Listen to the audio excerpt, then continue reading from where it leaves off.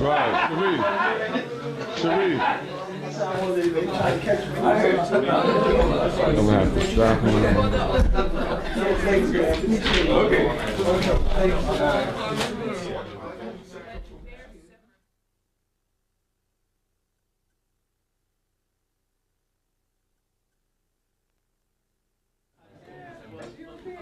Peace, everybody. We're back for the second lecture. It's going to be entitled, the last one was wonderful, it was on fire, man. I loved it. Yes. This one is going to be called An Overview of the Historical Origins of Christianity. And with that, I give you back Dr. Walter Williams.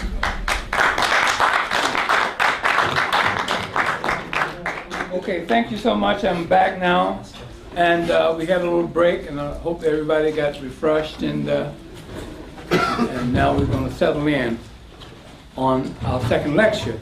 I want to give some thanks to people like Brother Shabazz and his wife, Jamila, again for bringing me to New York. And I also want to give thanks for my wife, Arnetta, for preparing me to come here and be my companion while I'm here. That's right. But one of the main things is that I can't stay. Yeah, definitely.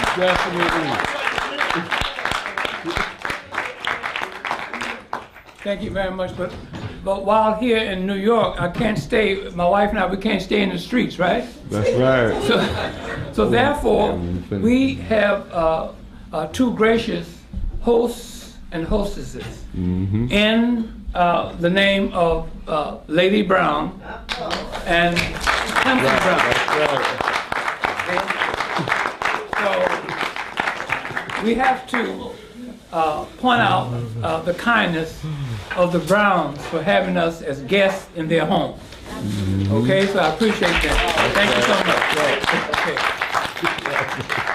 I want to give a short overview. I didn't intend to talk as long as I did on the first lecture, but you know how you get carried away and you get caught up and you just continue, you know, and then I'm long-winded anyway.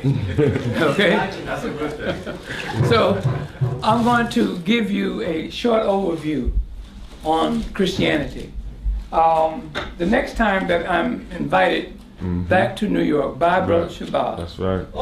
And his wife, Jamila, I'm going to be prepared to give a lecture, a full lecture on the historical origin of Christianity, Islam, and Judaism. All right. Okay? But I'm going to start off doing that. I'm not going to put that last, and then start a lecture and then be tired. You know. So anyway, I want to, give you an overview on Christianity because our people, our African people, are hung up and caught up in these various religions, as we mentioned before in the first lecture. So I want to bring out some historical facts about these various religions. And the very first religion is Christianity. Okay?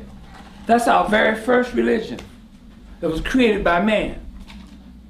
And the people who created the religion called Christianity, and the people who created this image, this is a created creature, never existed. Okay? But this is a created creature called Jesus the Christ, created in Egypt, in Africa, by our Melkite Coptic Egyptians. Those were the Uncle Toms of antiquity. Okay? They were the Colin Powells. They were the Condoleezza Rice. They were the Clarence Uncle Tom ass. Okay? So they're the ones that created this image. But this image in Christianity was created for the Europeans. It wasn't created for us. So it's very important to know that.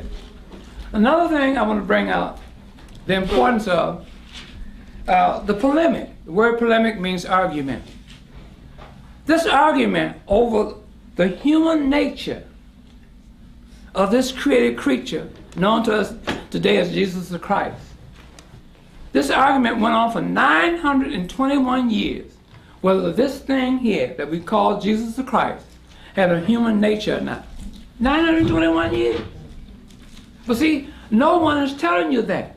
But I wrote this book for one race of people, African people, living in America and throughout the world. This is a message in here for you. Okay? And I wrote it not to sell to the world. I wrote this book for you, information for our African community. Okay? And I don't make a living selling books. I don't make a living writing books. That's not how I make my living. Okay? I don't make a living giving lectures. I used to have an ancient Egyptian museum for 11 years in Chicago. I sold the building and put the artifacts into storage in the year 2001. Okay, so we're going to do something else with the ancient Egyptian artifacts that I have. It's going into another museum to resurrect the ancient Egyptians. Okay, so I'm serious and sincere. Okay, I will tell you the truth and bring the facts with the truth. People ask me, saying, what is the truth? Truth is very wide. I mean, it can be interpreted by people in general. But in the first lecture, I gave you the truth. You know what the truth is? You are the truth. Every human being on earth is the truth. You walk around with the truth inside of you. That's your spirituality. So therefore, you can't deny that. There's no argument over that. So in my writings and research, I try to look for the truth. I always go and look for the origin of a subject. Like I told one young man this evening, go and find the origin of that subject. And when you do that, you will be laying a foundation of understanding about that subject, what you're talking about, whatever the subject may be. If you don't know the origin of it, then you don't know the subject. And you have to know dates. Dates are very important, like I teach my students. If you want to be a scholar, a historian, you have to know dates. Very simple. If you don't know dates, you're no historian. Then you're just talking barbershop talk, pool room talk. You're talking outside of your neck. See? Because if you tell me so-and-so, I say, okay, what date was that? You say, well, I don't know. Then you don't know the subject. Okay? Come and tell me, well, the documents, they found documents that said something. Okay, what alphabet was the document written in? I don't know. Then how can you bring this to me? Know something. So in this book, in each book, I put, as I end my writings, I always bring you facts, which are stronger than argument. This is what was told to me many years ago about facts. I was told that facts is stronger than argument, more dependable than opinions, more profound than reasoning, silences dispute, supersedes predictions, and facts always in the argument. You bring facts, that's it, it's over. See, there's no more arguing over the facts. See, then you don't understand the facts. See, so today, this evening, I'm going to bring you some facts concerning Christianity and this image that we know today as Jesus Christ. Now, I've been studying for over 30 years now. And when I first began to study, let me back up a little bit. See, I used to be a professional jazz musician. I used to play the saxophone. You know, Charlie Parker and Sonny Stitt, those are my guys. You know, I used to play bebop. You know, one of the bebop, I had my little tam on, you know, had my axe, you know, going to the gig, you know. Hey, that was the time. But anyway, I met a musician which was old enough to be my father at the time, right out of high school, by the name of Sun Ra. Sun Ra used to live in New York. But I didn't play that outer space music. We played contemporary jazz, all the things you are. What is this thing called Stardust, Embraceable Youth, songs like that. So we used to go up on the 4th floor. He had an apartment up there on the 4th floor in the building in Chicago. So all the young cats, I was right out of high school. All the young cats used to go up there and listen to Sun Ra philosophize from early, in the evening to early in the morning. You know, I was in trouble many mornings coming home to my mother. Boy, where you been? I've been worried about you. Bam! You know. But anyway, what he told us, Sun Ra said that we were descendants of the greatest people that has ever lived on planet Earth, known to us today in history as ancient Egyptians. Now, out of high school, you know, the school system don't teach us that. They teach us away from ancient Egypt. They teach you, when I went to school, they gave me a book called Little Black Sambo. You know about that too, don't you? Okay. Now this is what I was supposed to be, Little Black Sambo. Therefore, all you young people who don't know anything about Black Sambo, such as Jamila,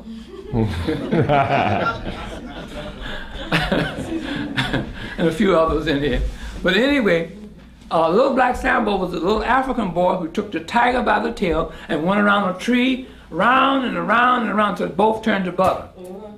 But they gave Little Black Sambo to the white children too, the white kids. That was to make them feel superior over us. And Little Black Sambo was supposed to make us inferior. But see, Little Black Sambo has fooled them. Little Black Sambo found out that I was a descendant of the greatest people that has ever walked this earth, known to us today in history as the ancient Egyptians. Isn't that something? I found that out through Sun Ra. You see? So, long story short, I get married. My wife and I took a trip to Italy. And they were showing us through Italy some of their ruins and the supposed history and so forth and so on.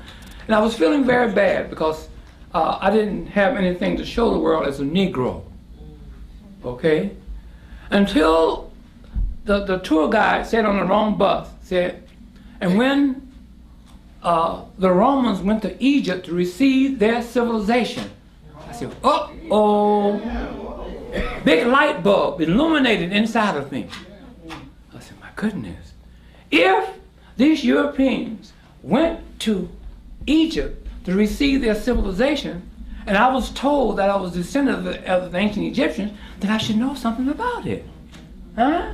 So what I did, when I got back to America, I went and got me a magnifying glass and every pictorial book on ancient Egypt that I could find.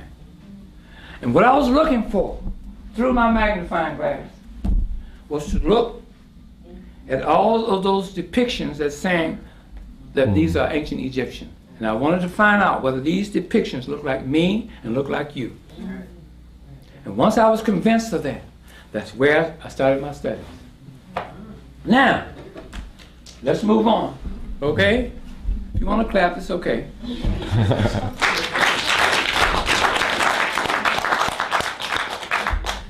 So, then I began to look for any book or books that had history attached to it. Any book. You know, I was just like a fiend. And books was coming everywhere. Because, see, your mind is very, very powerful. Okay? Whatever you put up here that you want to attract in your life, it'll come. Because like attracts like. You see? You know, one time, my wife and I, we collect antiques. Okay? And I was, at one time, just say for instance, antique rugs. Rugs was coming out of everywhere. Because I had put it in my mind. I ended up about 22 Oriental, not Oriental, but rugs. you know, old antique rugs and things, good condition and so forth and so on. So I'm just showing you how your mind can attract whatever you put in it, you know. So these history books are just coming into my life, and I'm studying, you know. And you have to study the subject until you get a foundation and a concept. See, like other young musicians just come to me and say, hey man, I want to play jazz. I said, okay, what instrument you play? Well, I play the trumpet. I said, who? He said, who you want to play like? I want to play like Dizzy Gillespie. Well, then you get every Dizzy Gillespie record that you can find, and listen to nobody but Dizzy Gillespie until you get a concept of what he's doing. And then after you get that concept and get you a foundation inside of you, then you can listen to any type of music because you know what they're doing, because you have a foundation. So I had to do the same thing in studying history, you know. And a young man came to my museum, and I was telling him about some things that he was bringing to me. I said, well, historically that's not correct. So he was frustrated, so he ran home and got a great big old box of books. And he came in and dropped them at my feet. He said, now which one of these books should I read? I said, you take all these books and throw them out. I said, and I told him what to do to begin his studies. I said, then you can go back. Once you get your concept and your foundation in you, of understanding what you are trying to achieve, then you can go back and read those books and you know exactly what's in them. See, I can pick up a book and look at the table of contents. I can tell you whether the book has any value or whether I'm wasting my time. So anyway, I was down one day in the studio of one of my high school musician friends. We all came out of DuSable High School.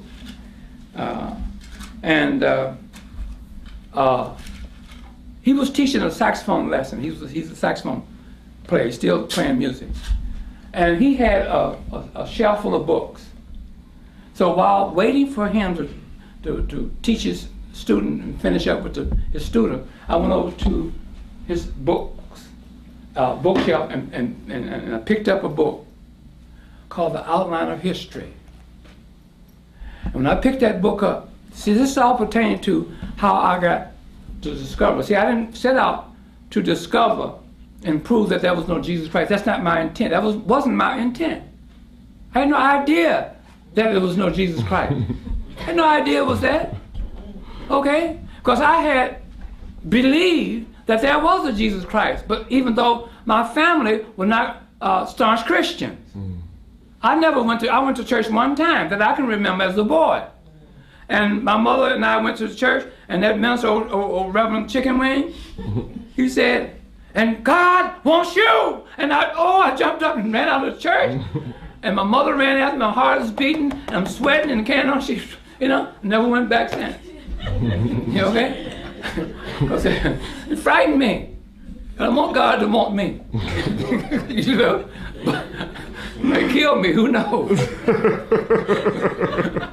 God may do like he did those tsunami victims. Huh? He killed over 250,000 people. Huh? I asked the religious people, said, where was God? All those people prayed to God, didn't they? But they died. Huh? Where was God? Huh? You see that?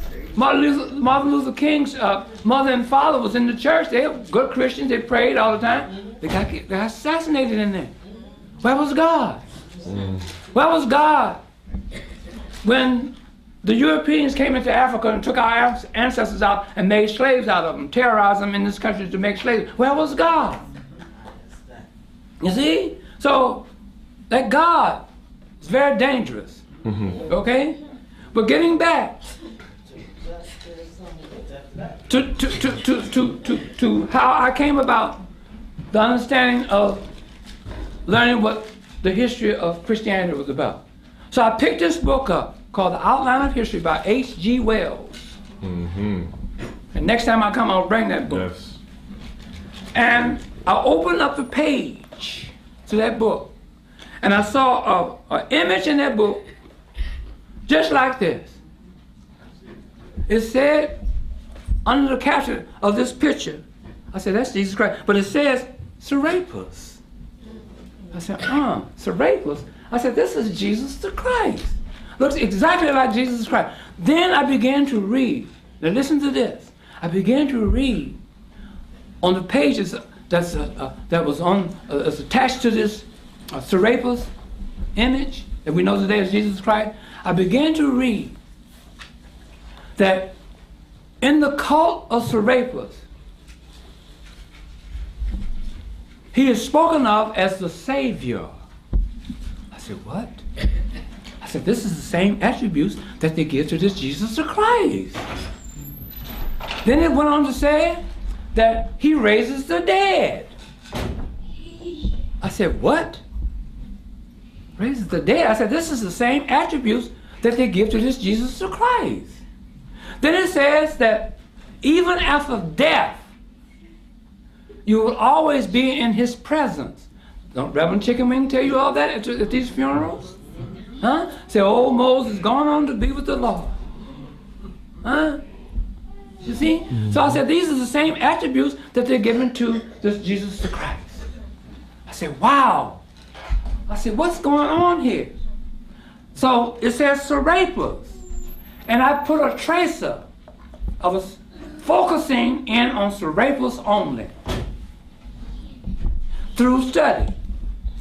And I began to research Serapis. And I found out that this Serapis was given to the successor of Alexander the Greek. I don't use the Great because I'm not going to call no European great that tried to destroy my ancestors.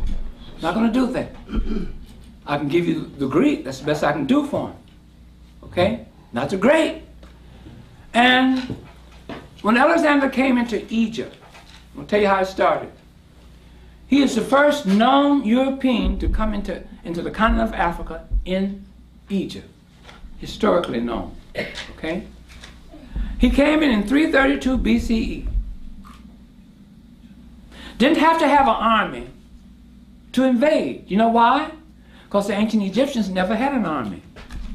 Nor did they have jails. They didn't have no jails. Civilized people don't have armies and jails. Okay? You understand what I'm saying? Only corrupt people have jails. If you have a corrupt government, quite naturally the people living in the secular community going to be corrupt. So when they get out of line, you put them in jail. Okay? And you have an army. What is your army for? To go around and terrorize other people around the world. Rape their women, take their land, steal from them, kill them, take their resources, everything. That's what you need an army for. Okay? Now, anybody seen the picture, the movie called Alexander? If you go to see Alexander, my wife and I, we went to see Alexander. It's a funny thing about Alexander, that movie. They showed Alexander killing, robbing, stealing, all throughout the movie. And they only talk about Alexander going into Egypt. They never showed Alexander coming into Egypt. You know why?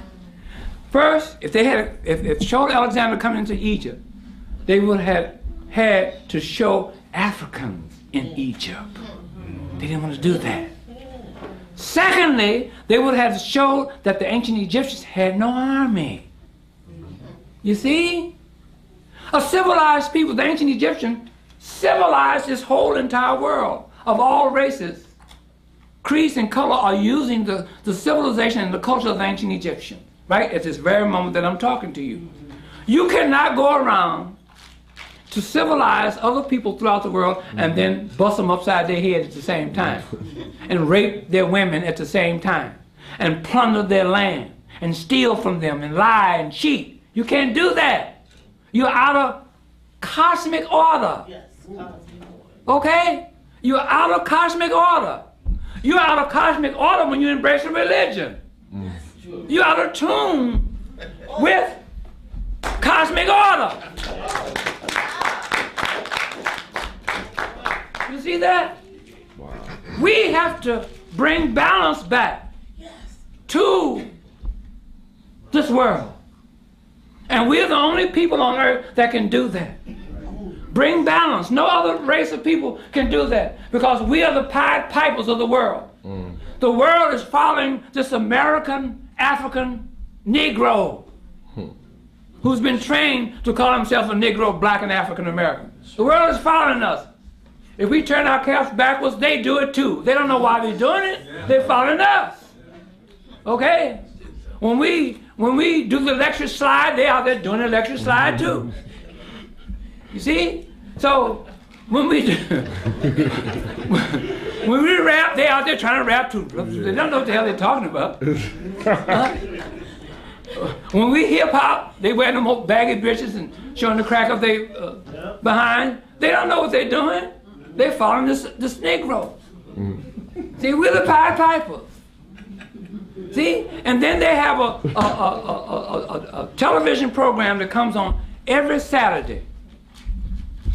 Okay, and what's the name of it now?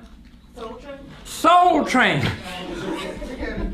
They have Soul Train to teach white people and the other races of people how to dance. Why do you think that? Why do you think it's been on so long? Look, Don Cornelius got so old his face dropped. Okay? Had to go in retirement. Soul Train is still on. White folks, they out there every weekend trying to learn the latest dance because we change dances on them every week. 1 week we're killing roaches. Kill that roach, squish, squash, you know. Next week we're doing the boogaloo, you know. So they can't keep up with us. So they do that by way of Soul Train. See? So when you embrace a religion, I have to interject all this stuff. It's all basically the same thing. When you embrace a religion, you're out of tune with cosmic world order. We're the only people that can bring balance back to the world. Okay? Only people. Okay? So I'm talking about the American African. The American African. You see that? We're the only ones. Because the other Africans out there, oh, miss, they out of it. Brother Clemson went to Ghana, and he told me that Nigeria, and Ghana too. And Ghana too. I've said Ghana.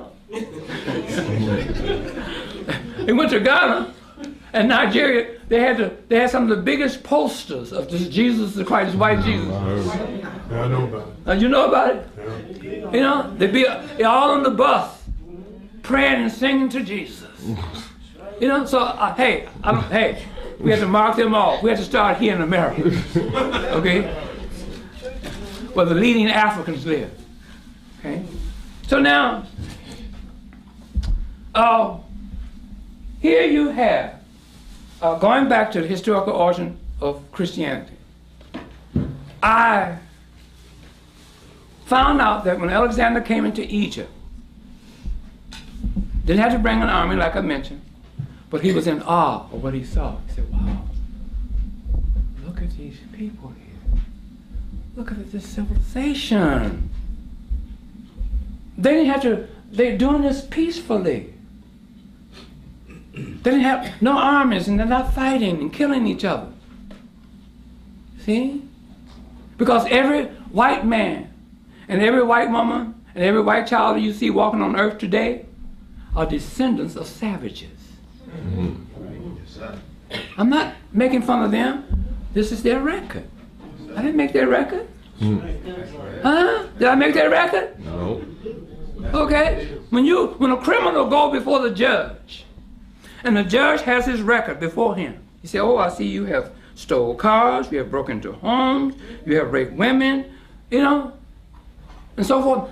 Who made that record? The thief. or the person before the judge. So when I make that statement, I'm not criticizing them. I'm bringing facts. Stronger than argument. More profound than reasoning. More dependable than opinions. Silences dispute. Supersedes predictions and facts. Always ends the argument. You see? So now, Alexander comes into Egypt in 332 BCE. He lived for 9 years and he died. His army general, Ptolemy I Lagi, took over Egypt. And the Greeks and the Romans knew that in order to rule Egypt, they had to be accepted by the ancient Egyptian sacred society. They had to be accepted by them. But our ancestors did not take foreigners into their sacred society. They handpicked their own African kind to come in. Okay? So when they tried to get in, they was turned down. Said, no, we don't do that. We don't. And then our ancestors, the ancient Egyptians, did not race mix. They didn't mix with no race. Other races, foreign races, even though they went around the world civilizing other races, but they never mixed with them. Okay? So this Ptolemy thought up a great idea. He went and found him a temple in Memphis, Egypt, to make his image into a god. And what these group of Melkite Coptic Egyptians did, they took two of our deities, Osiris and Apis, and came out with the name Serapis. And they gave it to this image that you now see as Jesus the Christ. Gave it to Ptolemy I Lagi, called Soter. The word S-O-T-E-R means Savior. Okay? This is the image that you're worshiping today as Jesus the Christ, the Savior. This is the image of Ptolemy I Lagi, the successor of Alexander the Greek, after Alexander and the Greeks came into Egypt. You see that? This is the image. So he went to the temples and said, okay, now that I am made into a god, accept me. They said, no, we're not going to do that, man. We still won't accept you. So he closed down all of the temples throughout Egypt. And except for the temple in Memphis, Egypt, that made his image into a god.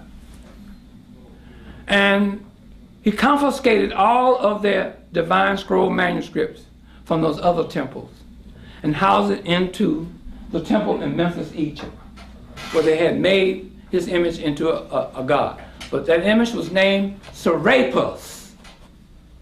It's in this book, Serapis. Okay?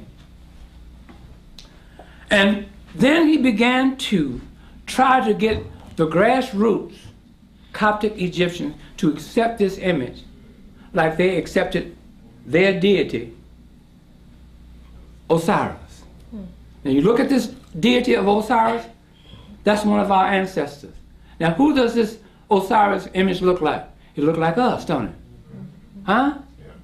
Looks like us. We don't look like this.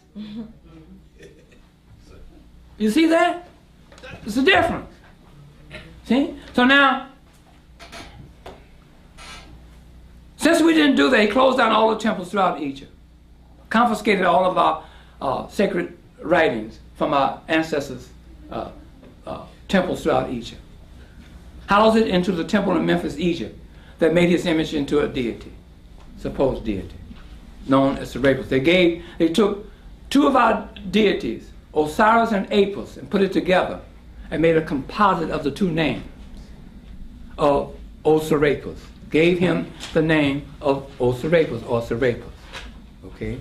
So every Ptolemy that ruled Egypt thereafter became the vicar of Serapis, who sat on that throne. Just like the Pope over in Rome today. He is the vicar of Christ.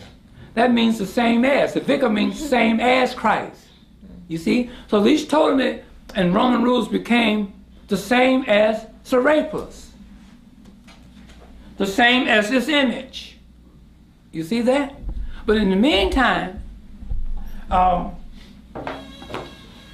his grandson told me 3, you get is 1. The grandson of Ptolemy I Lagi called Soter, who this image of Serapis was made into a god, now known today as Jesus Christ. He built a temple and a library that was adjacent to that building and temple called the Serapeum Temple. And the library that he built, the adjacent building, is called the Great Library of Egypt. Okay? And he built other temples throughout Egypt.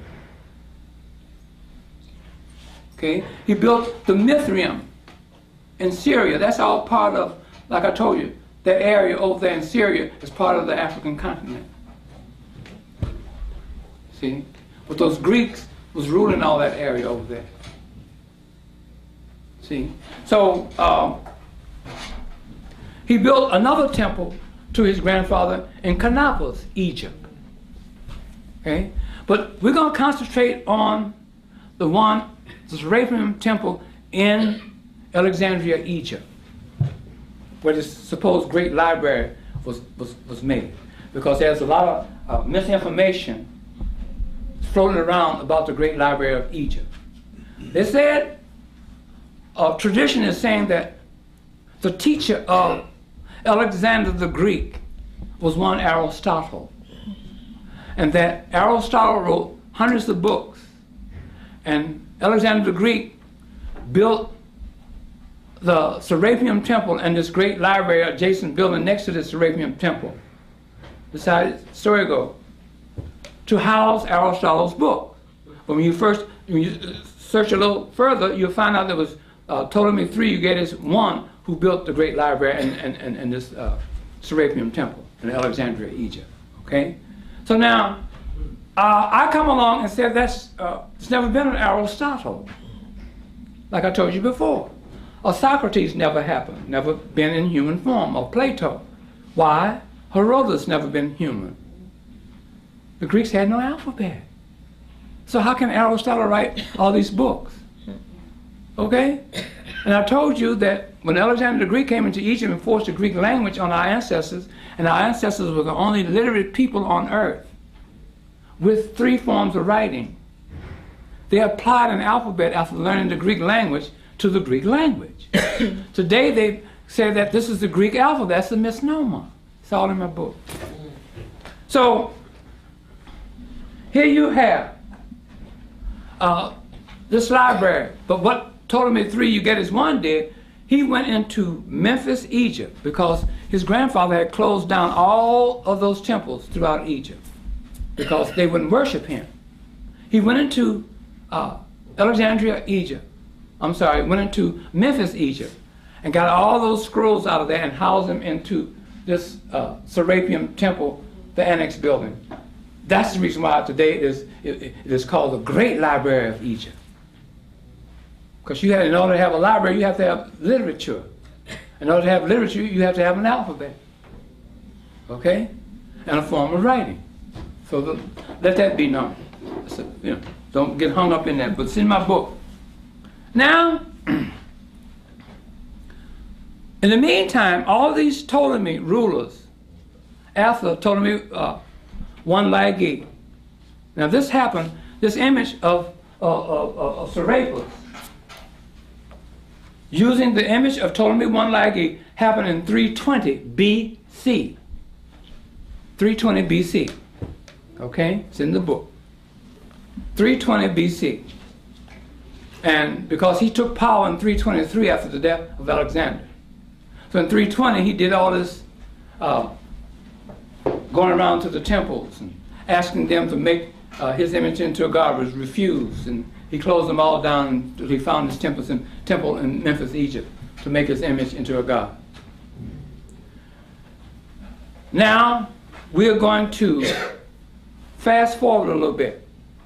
I hope you're getting the picture of how this Christianity started out and how this image was created. We're going to fast forward into the time of Arius. Okay, we're talking about 600 years later. This image was made in 320 BC. BC times you count down. That's how you count BC times down. Now we're going into around 313 and 319. ABCE.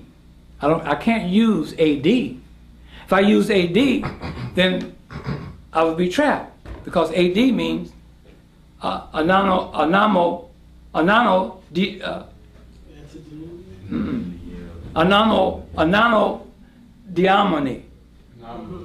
Okay? That means in the time of our Lord. See, so that was no, in the time of our Lord, there's no Jesus Christ. So I can't use anno-denomine. Okay? I have to use A, B, C, E. That's my own term. After B, C, E ran out. See? So you're not going to get me hung up in that. See? So, smart, right? Okay. Anno Domini, that's what it is. Anno Domini. But anyway, in the time of our Lord, we're going to come up to the time of the Nicene Council, the first Nicene Council, 325 ABCE. Okay? All right? We're going to come up to that. Now, there are three things that brought about the Council of Nicaea I, 325. And I think that I'm the only scholar that's bringing this out in this book of any race, creed, or color. I'm saying that the three things was the Donatist schismatic controversy, the donation of Constantine, and a strong statement by Arius. And I break all that down in my book. The Donatist schismatic controversy was a North African schism among the Africans themselves, because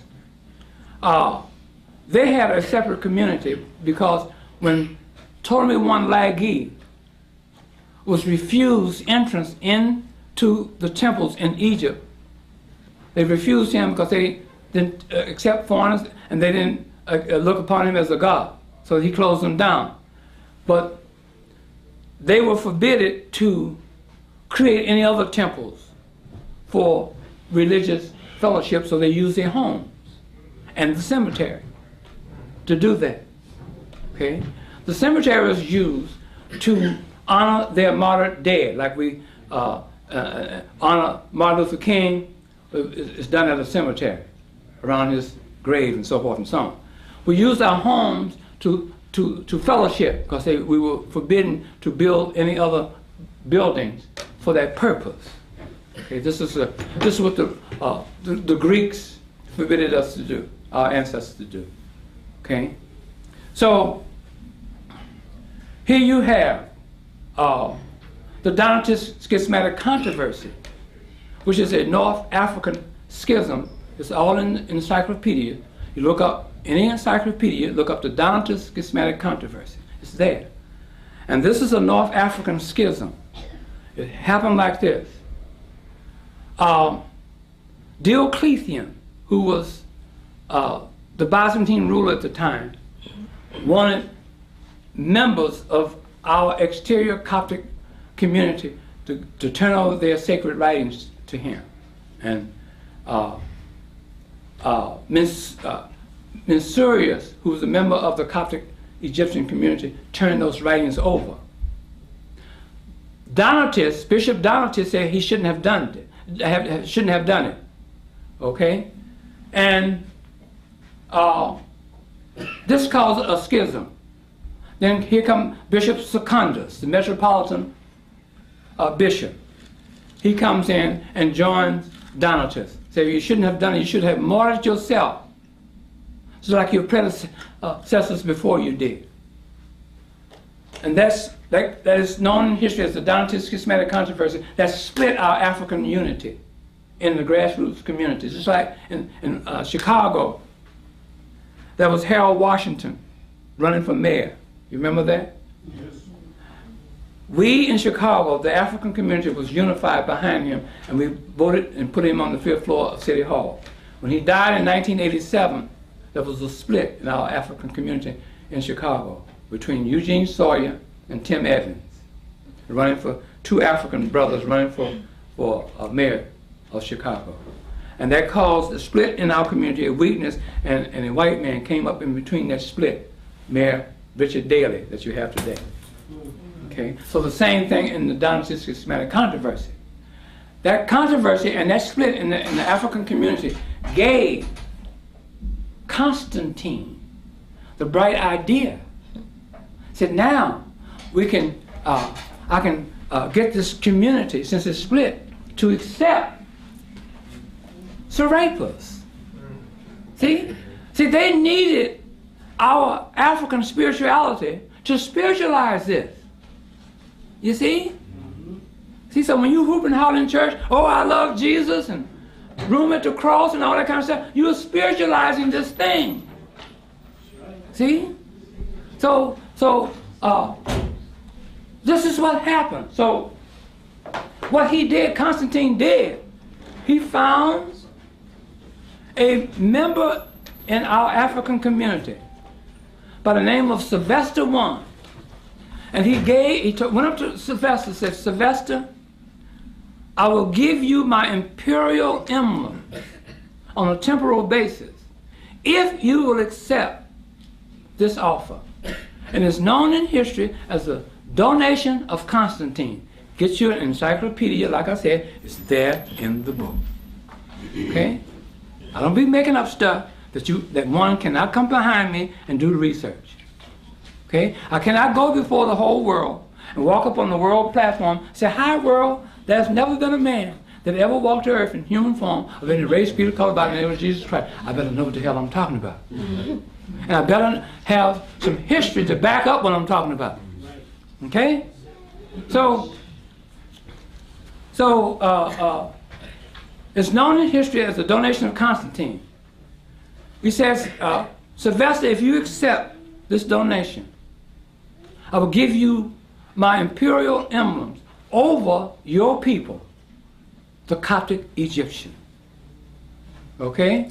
And all I want from you is for you to baptize me in your African community and make me part of you all. Okay? That's all. That's what he wanted to do. And said, I'm going to give you my authorities where you're going to be the HNIC of the Coptic community. Everybody know what HNIC means? Okay. You want me to say it? You don't want me to say it? Okay. No, I ain't going to say it. My wife said don't say it. Can he say it? Yeah, go ahead. What does it mean? Head nigga in charge. Head nigga in charge. Oh, okay, fine. HNIC. Okay? So, he made Sylvester accepted that. It's known in history as the donation of Constantine. Okay? 313, 314. That's when it happened. Then Arius, a Coptic Egyptian brother, comes along and says, well, hold it. He says, he makes a strong statement after that donation was given and accepted by Sylvester I. He says, this image, we're talking about Serapis, he said, when you read the Arius statement, they're going to say Christ. Because see, they have taught the world that this Jesus Christ was born during the time of Herod and died in 30 AD. This is tradition. So they're going to have to use the term Christ when they talk about Arius. Okay? But it was Serapis. He said, this is what he said about Serapis. He said, Serapis is a created creature. Listen to this. A created creature dissimilar from the Father. Who is the Father? Osiris. That's the Father. When people talk about God, this is God. See? That's God they're talking about. But they tell you that this is the Son of God. They don't even mention Osiris. You see that? They tell you that this is the Son of God.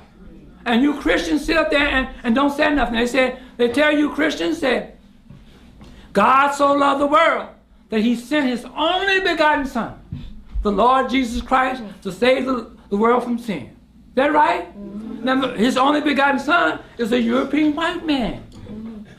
Huh? Is that right? Brother Shabazz, Brother Clemson, and all the other brothers, including myself, we can't be the Son of God. Because we don't have no long, blonde, flowing hair. We have no blue eyes. We're not white. We're not European. Only Europeans should be the Son of God. He said, I sent my only begotten Son.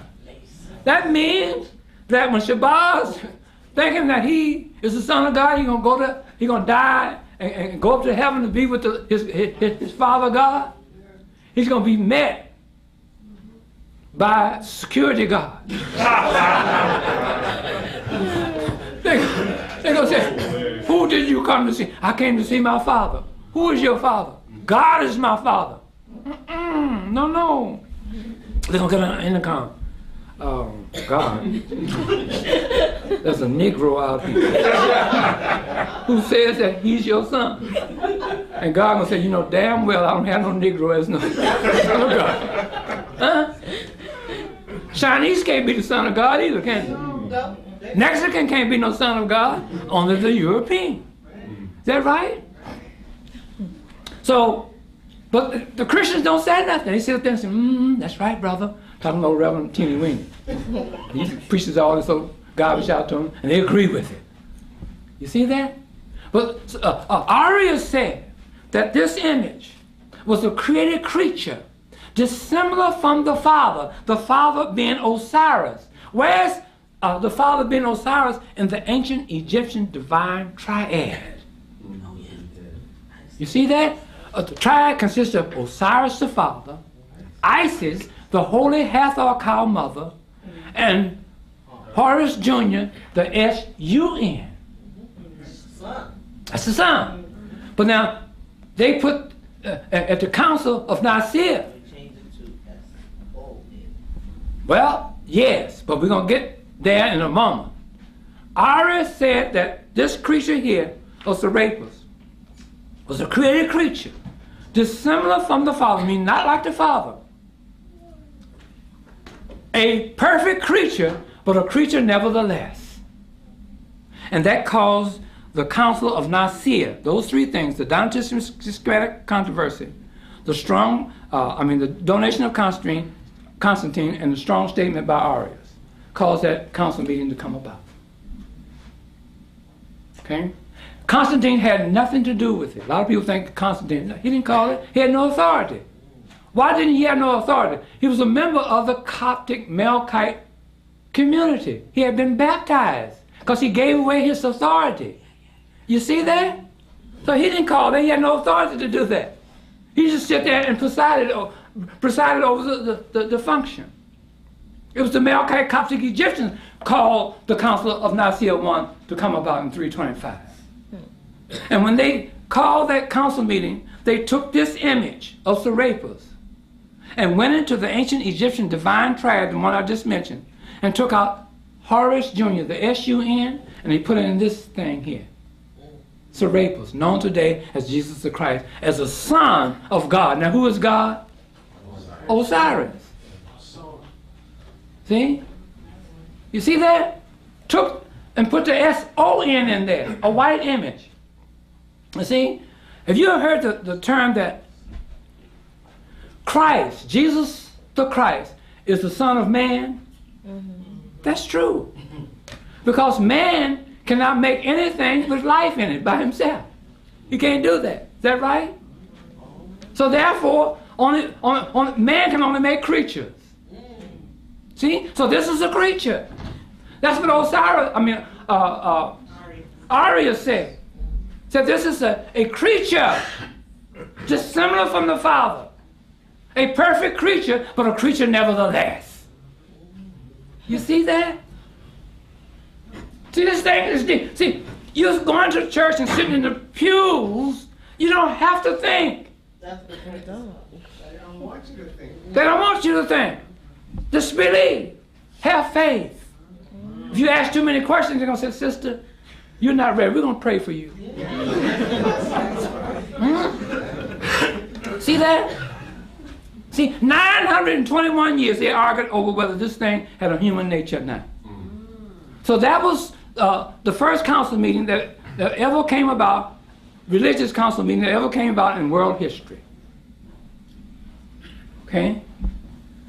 Now, you go up 56 years later to the council, let me go back. At the Council of Nicaea I, they made this image and created what is known as the Apostles' Creed, known as the Homogeneous Creed. See, the Homogeneous Creed goes like this: God the Father, God the Son, the same. So they put this thing in there in the ancient Egyptian divine triad with Osiris and Isis and said they're all three of the same. God the Father, God the Son, it's the same. That's the Homogeneous Creed. And they took this Homogeneous Nicene Creed, Apostles' Creed, 56 years later and enforced it as being the creed of the Roman government. And wanted our Coptic Egyptians, ancestors, to abide by it. And we refused to do that. See, so that was in 381 when the second council meeting was called to make official the Homogeneous Nicene Creed, the Apostle Creed of the Roman government, called the Council of Constantinople I, 381. Now, let me bring you up to the most important council meeting that has ever existed on planet Earth, called the Council of Ephesus. It's in my book. The Council of Ephesus was called and brought about in 431 ABCE. What caused it to come about? See, all these council meetings was caused to come about. They just didn't jump up and say, we're going to have a council meeting tomorrow morning. Something was happening out there in the Coptic community. See, they wanted to get our grassroots Coptic Egyptians to accept this image. This is all part of that argument. You see? Now, what's the name of this image up until the Council of Ephesus? Serapis. You had two Coptic Egyptian brothers, one by the name of Eutyches. Eutyches is the father of Monophysitism. Monophysitism goes like this. The Monophysites refused to accept a human nature for this thing here. Because Arius said that this thing was a created creature, right? And he calls what is known in history as Arianism. You want to look up Arianism? Get your encyclopedia. They tell you about it. Okay? Is that right? Get your Miller? That's right. She knows. Okay? You got that? Now, so Eutyches is the father of Monophysitism, which means a Monophysite refused to recognize the human nature of this thing here that we know today as Jesus the Christ, then known as Serapis. Then there was the second brother was that came along, Nestorius, at the same time that Eutyches came along with Monophysitism. And Nestorius said that the Virgin Mary, with the attachment of the Theotokos attached to her, that he could not recognize the Theotokos in the Virgin Mary. The Theotokos means the Mother of God. That's what the word Theotokos means. Look it up. Now, so what they did, the Melkite Coptic Egyptians called a council meeting that's known in history as the Council of Ephesus. To do what? To get this thing here, a human nature. That's what it was called for. In order to have a human nature, one has to be born through the body of a female. You cannot be born through the body of a dog to get a human nature. Is that right? So they had to get this thing a mother. So what they did, these Uncle Tom, Melkite, Coptic Egyptians, they went into the ancient Egyptian divine triad again. Now, at the Council of Nicaea 1, 325, they had taken Horus Jr. out, the S-U-N, and put in the S-O-N, this thing here, right? Now they're going into the ancient Egyptian divine triad, and they're taking Isis out. And they created a created creature to take her place. You know the name of that created creature? The Virgin Mary. This is history. Christianity does not go according to the tradition that they have taught the world. It don't go like that. See, I'm talking about the other side of the coin now. History, human history. Now, when they took this Virgin Mary out of the ancient Egyptian, when they took Isis out of the ancient Egyptian divine triad and put this created creature, the Virgin Mary, in, gave this created creature, the Virgin Mary, a title of Theotokos, which means the Mother of God. Okay? They gave this Virgin Mary the attributes of Isis. Okay? That's the key. When they made Ptolemy one Lages image into this Serapis image, they gave this Ptolemy the attributes of Osiris. See? So now, here you have the same thing being done to Isis. Giving her a title of Theotokos. This is what Nestorius fought against. You see that? So what happened, there were three brothers, three Coptic Egyptian Africans. And you check this out, Jamila. Ask anybody about the three chapters. That's known. You ever heard of the three chapters? Okay. It's called the three chapters. It's all history.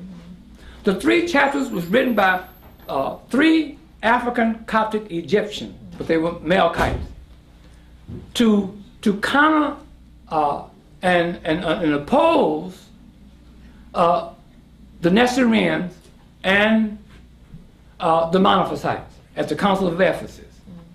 You see? Now, when they made the Virgin Mary to be the mother of God, now God is Serapis, and they amalgamated the two created creatures together, and they came out with the Anointed One.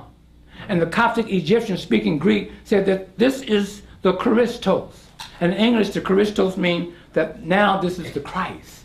That's how this Christ came about, with that amalgamation of the created creatures, the Virgin Mary, with the Theotokos title attached to her, which means the Mother of God, and amalgamating the two created creatures, Serapis, together. You see that? And the Coptic Egyptian said, now this is the Anointed One. This is the Christos. And the Christos, they were speaking Greek. In English means, now this is the Christ. That's how it happened. You see? So now, Nestorius said that he couldn't recognize that Theotokos. Eutychus, the Monophysite, said, no, I'm not recognizing no human nature in no Christ. I don't care what you do. I'm not going to accept it. So now, they had three Coptic Egyptian brothers, old Uncle Toms, who wrote opposing letters against Nestorius and Eutychus at that council meeting.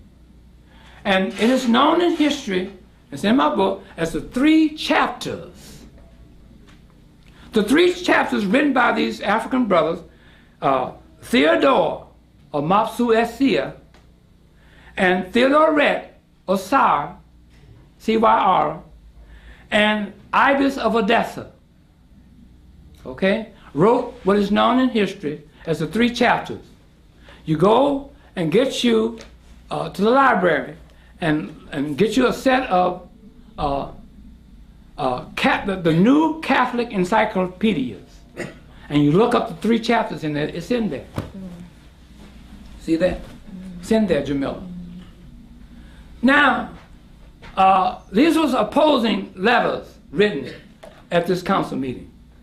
So now, what you have going on, you have 2 factions now. You have the monophysites who said that this image that we know today as Jesus Christ was a created creature, had no human nature. And now you have diaphysitic Christians. The word diaphysitic means an individual who recognizes the 2 natures in Christ. Diaphysitic. Okay? It's in my book. Now we come up 20 years later to another very important council meeting called the Council of Chalcedon, 451. The argument is still going on. Argument is still going on. They're trying to make and create a human nature still for this thing here. Okay? And they use those 3 opposing letters that was used at the Council of Ephesus at the Council of Chalcedon. Plus, guess what they did to get this thing a human nature? They used one word. You know what that word? The word is consubstantiality.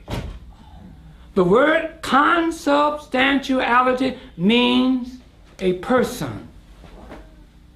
That's what it means. Now, if you are a person, that means what? You're a human being. You see that?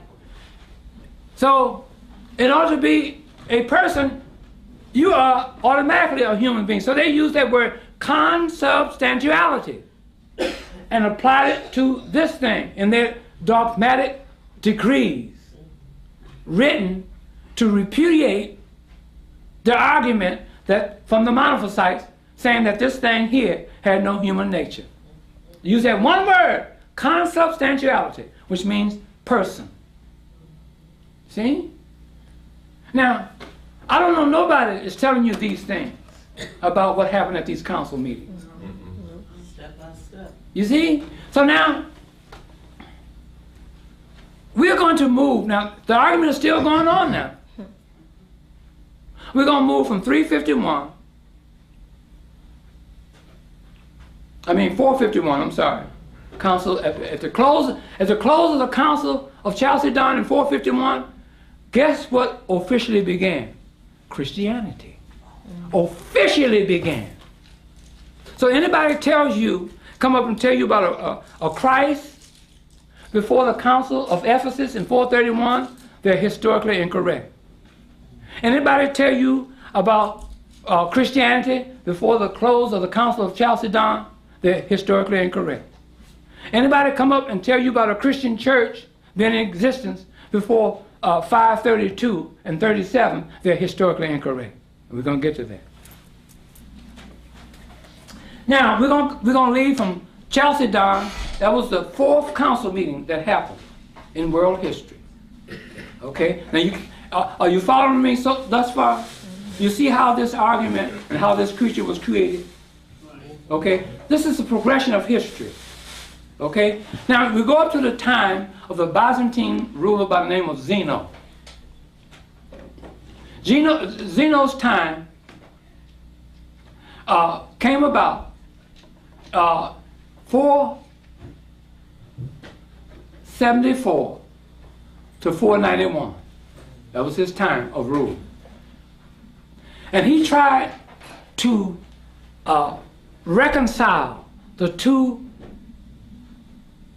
feuding factions together, meaning the Diaphysitic and the Monophysites.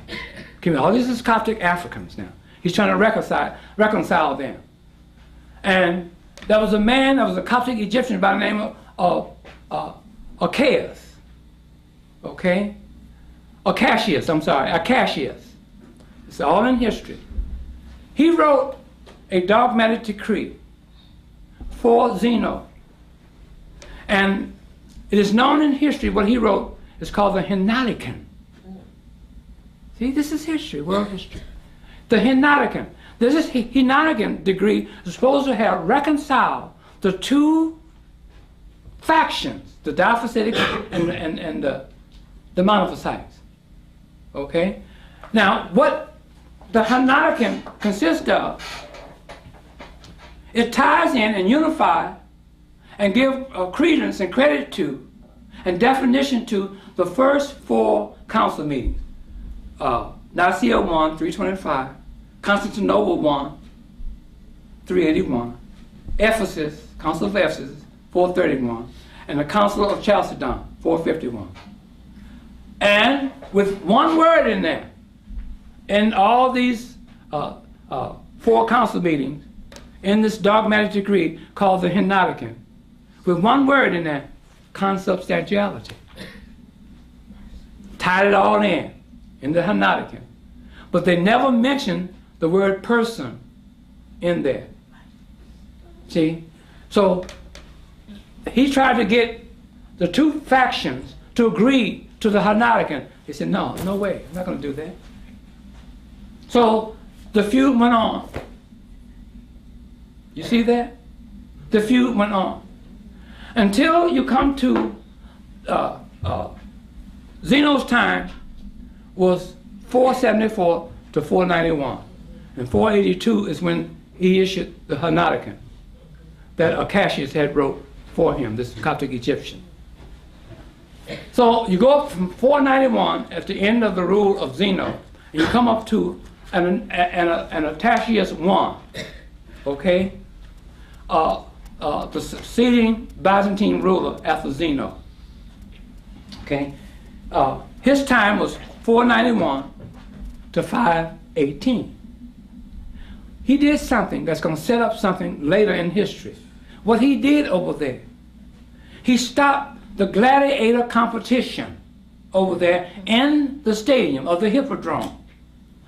The gladiator competition over there was just like football over in America.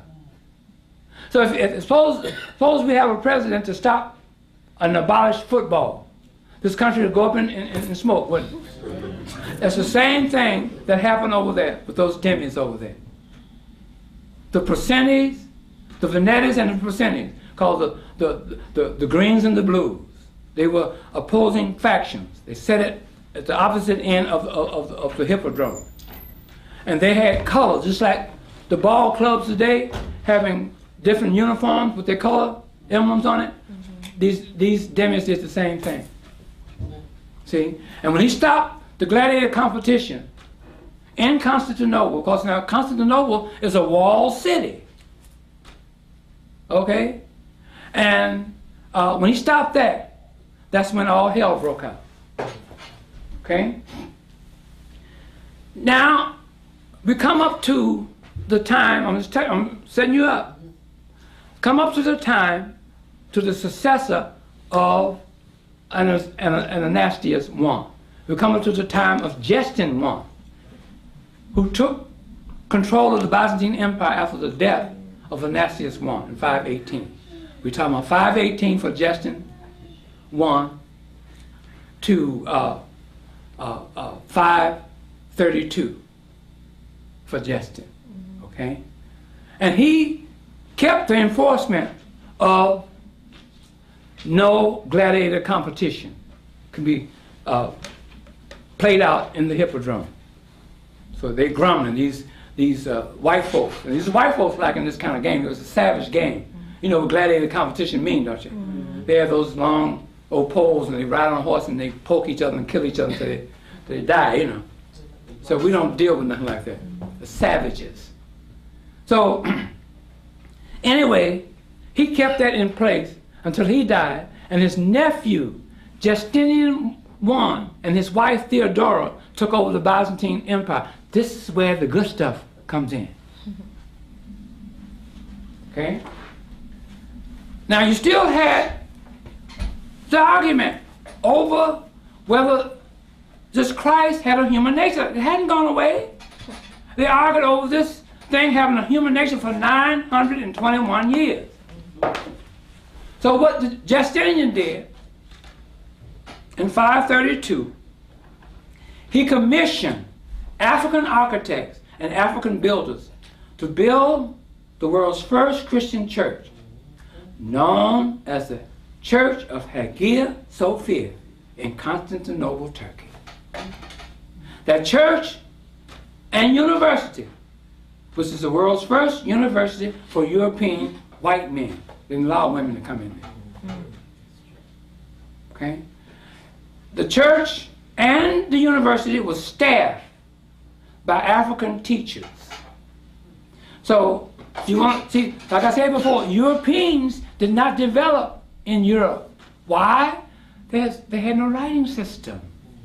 No writing system, you cannot have no institutions. You see that? So they developed there in Africa, beginning with the Hagia Sophia.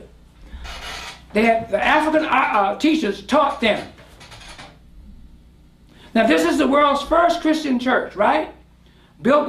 Commissioned by Justinian and his wife Theodora in 532, finished 5 years later. The picture of the Hagia Sophia is right here on my book, the cover. But you see these minarets on there. That was put on there many, many years later, over 1,000 years later. Now, when they finished building the Church of Hagia Sophia, you know what date it was? December the 27th, 537. And my wife writes a very important chapter in the Historical Origin of Islam book on what happened to the Church of Hagia Sophia. Now, I said, listen to this now. People ask me, why does this Christ have a birthday on December the 25th? The birth of Christ, having a birthday attached to him, or this image, this creature, because of the Hagia Sophia. The finishing of the Hagia Sophia, December the 27th. And see, for over 900 years, they celebrated on that same date, Jamila.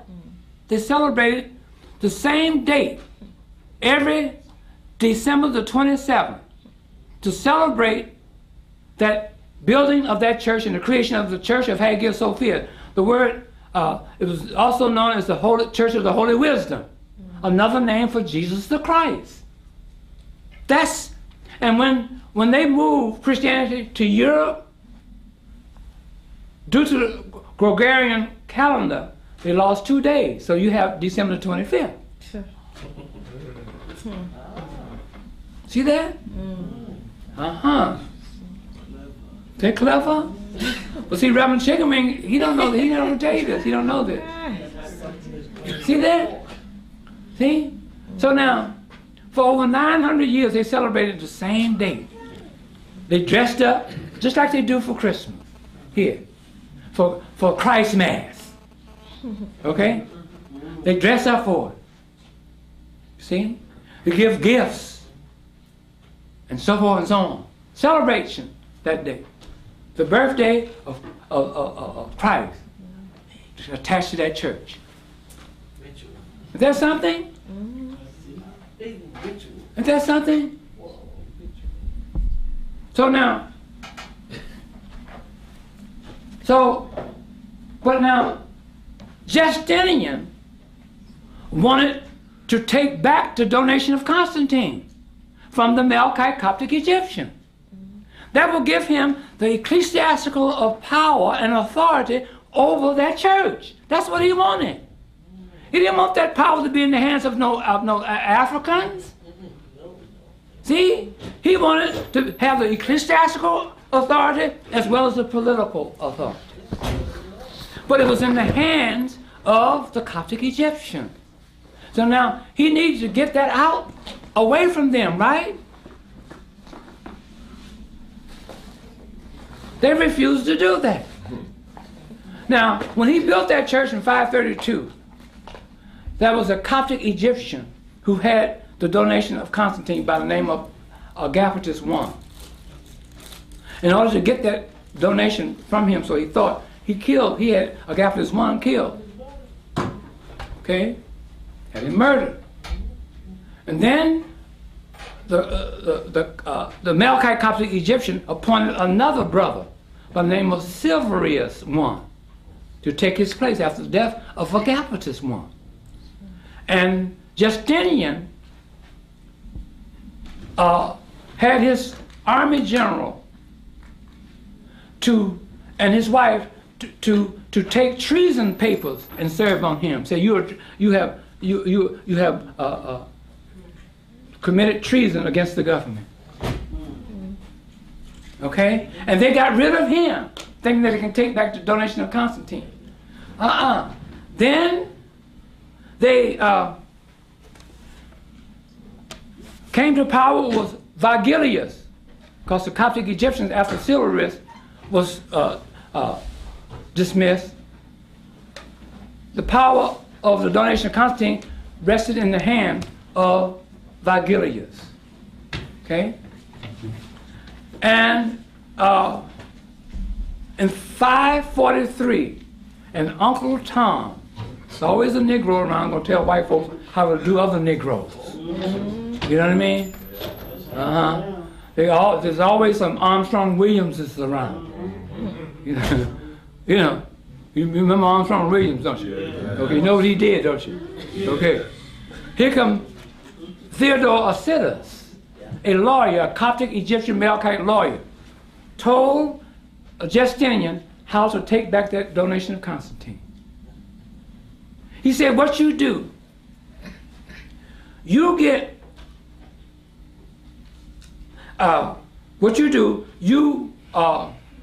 oppose the 3 chapters. Now, going back to that 3 chapters again now. You denounce the 3 chapters. Now, the 3 chapters was letters written by these 3 African bishops, Theodore Red, and Ibis of Edessa, against the Nestorians and the Monophysites. But now, Justinian said, denounce that these 3 chapters was wrong.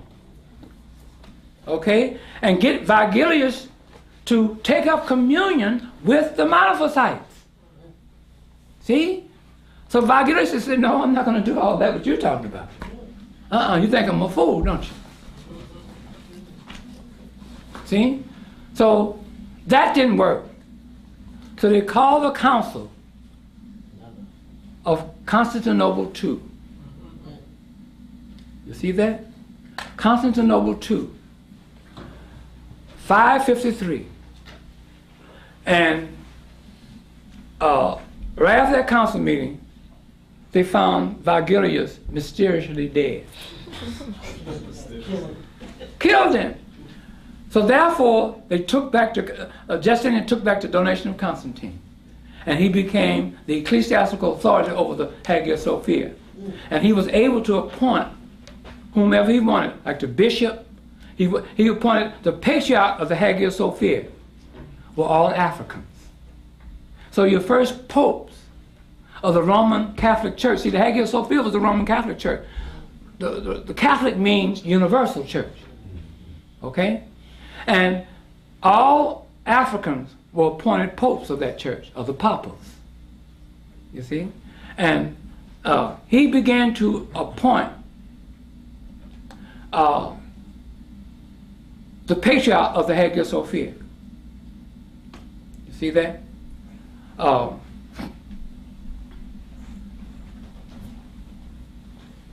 Pelagius I became one of his first appointees. John III, another brother, African brother, became his second appointee after Pelagius' time went out. Okay? And the Hagia Sophia represented Rome. You see? Represented the West. So whoever sat as the patriarch of the Hagia Sophia was also the Pope of Rome. Okay? That's history. You see? So now, he has in his power the ecclesiastical authority. The patriarch of Constantinople was always a Monophysite. See? It's in my books. See? So So from then on, from Justinian on, ecclesiastical authority was in the hands of the Byzantine rulers, taken out of the Melkites. Okay?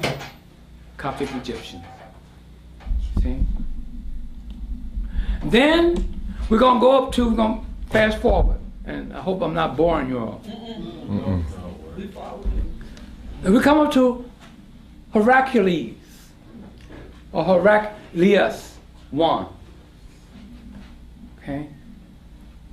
Vigilius' time was from 527 to 565. So now from 565, we're coming into the time of Heracles. The Melkite Coptic Egyptians and the Diaphysitic Christians are still fighting what? Over what? The human nature of Christ. Still fighting. Okay? So Heracles has another brother by the name of Sergius I, an African, to draw another decree trying to reconcile the two factions together. Okay? And that decree is known in history as the Ecthesis, or Ectheus, Ectheus. E-C-T-H-I-S, Ectheus. Okay? And that was supposed to reconcile the two feuding factions over the human nature of this Christ. Okay? But that didn't work either. That didn't work. So now, we come up to the time of Constantine III and Constans II taking over the Byzantine Empire after Heracles. And they brought up another decree. Now, the Ectheus is a decree based on monothelitism and monothelitism. Tell you the difference. Monothelet means one will. Monothelit, L-I-T, means one energy. See? They're saying, let's not be so harsh in saying that this Christ had no human nature. Let's say he had one will. Let's say he had one energy. You see that? See, you go into church, you're not going to learn all of this. Huh? You're sitting up there. Huh? You don't know nothing. You see that? When the person tells you that he's a Christian, he knows nothing about himself and knows nothing about Christianity. So they took these two words, Heracles, under this new theology created by Sergius I, a Coptic Egyptian, called the Ectheus. The two words was monothelitism, L-E-T, which means one will, and monothelitism, which means one energy. So let's say that instead of no human nature. So harsh, you all. See? So the Coptic Egyptians said, no, I'm not accepting that either. Okay? Not going to accept it. Okay? So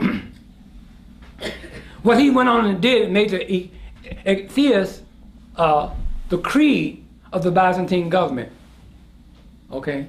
He tried to use those terms to appease the Europeans as well as the Diaphysitic Christians in Africa. I'm going to change the tape. Okay. Theology. Just history. Huh? Just history. Right. We back. Which is, okay. Now,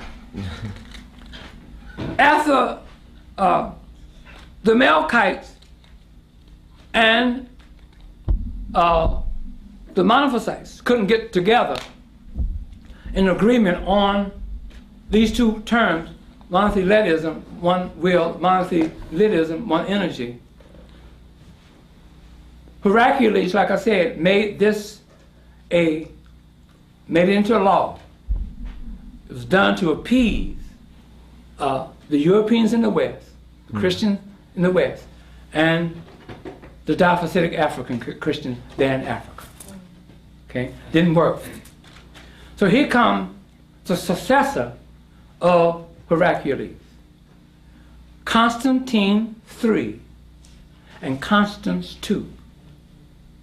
Okay, Constans II, they were co-rulers, but Constans II had Constantine III killed to get him out of the way, so he can rule. The Europeans, you know, they do anything to get power, kill their mama. Now, Constans II said, we're going to throw out monotheism and monotheism. We're not going to talk about no one will. We're not going to talk about no more energy. We're going to erase it. We're going to throw it out. And he issued a decree called the Typus. T-Y-P-U-S or T-Y-P-O-S. It's in my book. He issued that decree. See? So, but that didn't settle anything. Okay? Now, I'm going to fast forward a little bit, not too far. We're going to come up time to Philippicus. Something happened. Something happened. Okay? Something happened. But before I get to Philippicus, let's go back to Justinian. We're talking about 527 to 565. When, during the reign of Justinian, 2 or 3 things important really happened.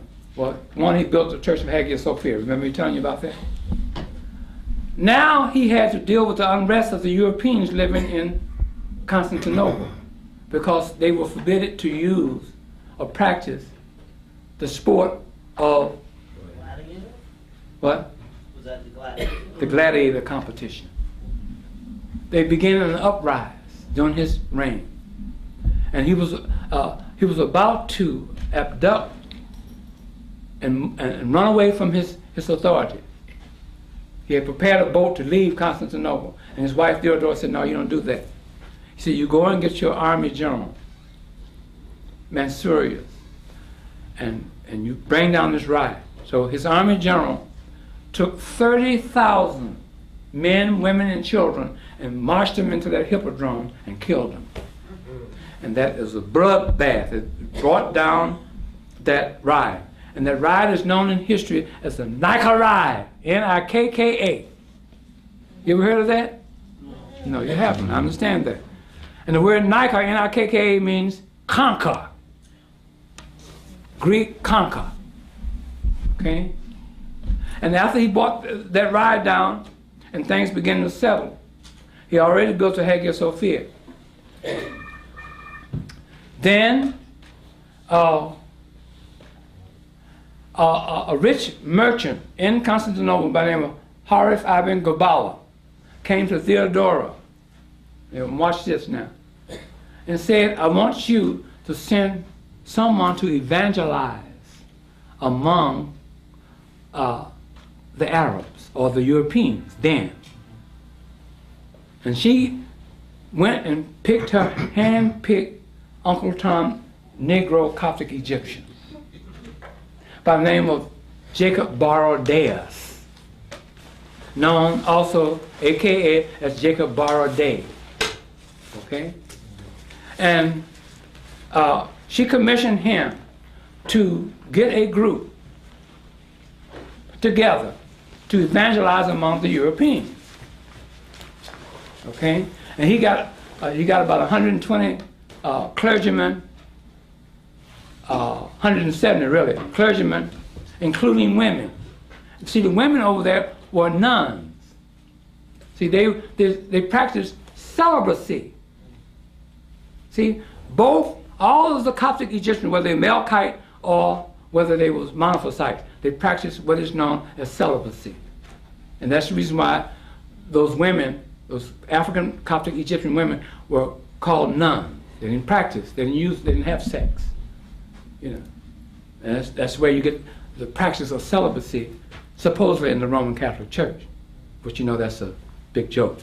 with all those fags running around, you know, flushing babies down toilets and stuff. Anyway, she got this Coptic Egyptian. Now, you know, remember me saying during the time of Ptolemy I Lagi, when they refused to accept his image as a god throughout Egypt, he closed all those temples down and forbade any of the African Coptic Egyptians to build any temples. Okay? Because the Melkite Copts used the facility that the Byzantine rulers provided for them. So those are the Uncle Tom Copts. So now she goes over and gets Jacob Baradaeus, and she had him a headquartered building built in Syria. Today, you know what that building is called? The Jacobite Church. The Jacobite Church, named after Jacob Baradaeus. See? It's all history. And they began to evangelize among the Europeans over there, thus causing them, and they are known in history as the Arabs. See, those are your first Arabs, you see? But let me get back to Philippicus. This is great here. Philippicus, now, the argument was always over the human nature of this thing here, right? So now, Philippicus did something. See, they were usurping each of those Byzantine, European white men. They were usurping each other so bad and so fast that you didn't know who the ruler was. You may wake up in the morning, maybe Henry Jones. The next day it means Thomas Johnson. You see? So Philippicus came along and had his picture painted and put out all over Constantinople. Say, I'm the new ruler. And all throughout the Byzantine Empire. Now what happens to a picture? When you look at a picture, the old adage says what now? A picture is worth over 1,000 words, right? So when they look at a picture of a man, you think that the image or the icon that's drawn as a man is a man, right? Okay? The bright idea was thought up by the patriarch Gregory of the Hagia Sophia. Saying that we can paint Christ's picture like that. Ah, you see that? And we can show that Christ has a human nature. You see that? So when you see this picture of this thing here, you said that's a man, right? That was caused by Philippicus. He didn't do that on purpose. But this Coptic African brother, who was the patriarch of the Hagia Sophia, said, we can do this by painting Christ's picture. And show that Christ was a man. You see that? To show that Christ has a human nature. The argument is still going on whether this image had a human nature or not between the Monophysites and the Diophysitics. You see that? Today? No, not today. I'm talking about then. Okay, I'm showing you the progression of history, how this thing came about to be what it is today. That's what I'm explaining. Now, when Philippicus was in power from 711 to 717, and then Leo III came in as the Byzantine ruler. And he came in because his empire was still under argument between the Diophysitics and the Monophysites. He said, we're going to cut this out. So he had two African brothers to write up a decree. Constantine the Black and another brother wrote up a decree known today in history as iconoclasm. Iconoclasm means the breaking of images. In other words, we're going to break this image. We're going to destroy that image. So Leo had all those images taken down that this Gregory had commissioned to be painted, to put around Constantinople. Because Gregory had no authority to do that, right? Because he didn't have the ecclesiastical authority, was in the hands of the Byzantine ruler, not him. So he had no authority to do that. Leo was mad as hell. And they took all those images down and brought together a dogmatic decree written by these African brothers called iconoclasm, the breaking of images. That's what it means. Okay? Now, that was to appease the Monophysites. You know, you're all cool down, everything's cool. In the meantime, let's move a little further after Leo III. After the death of Leo III, his son took power, Leo IV. And he had a wife by the name of Irene. Not the one on the record said, "Good night, Irene." Not that one. He had another Irene. This is Irene of history. Guess what Irene did? Because there were certain men in the Byzantine government who did not like what Leo did with iconoclasm. Okay? And they got together with Irene and said, "We'll make you the head of the government." And guess what she had to do? She had her husband killed in order for her to have that power. And they had a 10-year-old son, and the power was supposed to went to the 10-year-old son. The 10-year-old son can't rule no government, so she took it over. She became known in history as the Empress Irene. And guess what she did? She called the Council of Nicaea II to come about. You ever heard of the Council of Nicaea II? See, you don't hear nothing about. You hear about one, but you don't hear about two.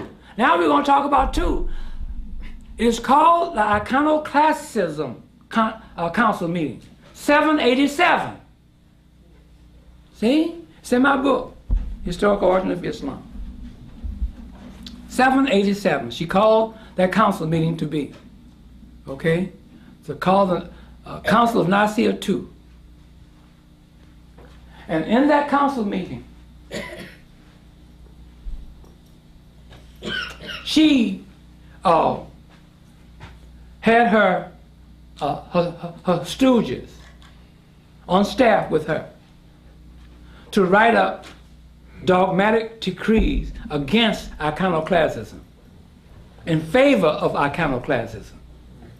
You see that? This is what she did. And long story short, in those decrees, those decrees was written to give and make this Christ God now. This is where Christ became God. At the Council of Nicaea II. And guess what else they created there? They created saints. In other words, if you want to talk to God, you got to go through saints. Now, see, all this is history. See how you see all saint this and saint that? It's not that easy. It didn't come about like that. You got to go back in history. Where's the angels? These were the saints, the angels, and so forth. You got to. They was used as intermediators between you, the human being. If you want to get to Christ, give Christ a message so you can get a blessing. Pray. You got right. Oh, you got smart. See? So now, this is what they did at this council meeting. You see that? So now, after Irene went out,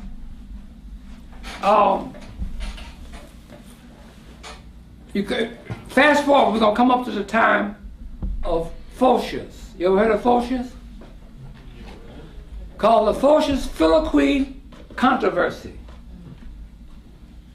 See, we're talking about 869 and 870.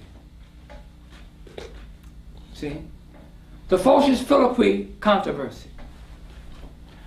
Photius was a Greek-speaking Coptic Egyptian African.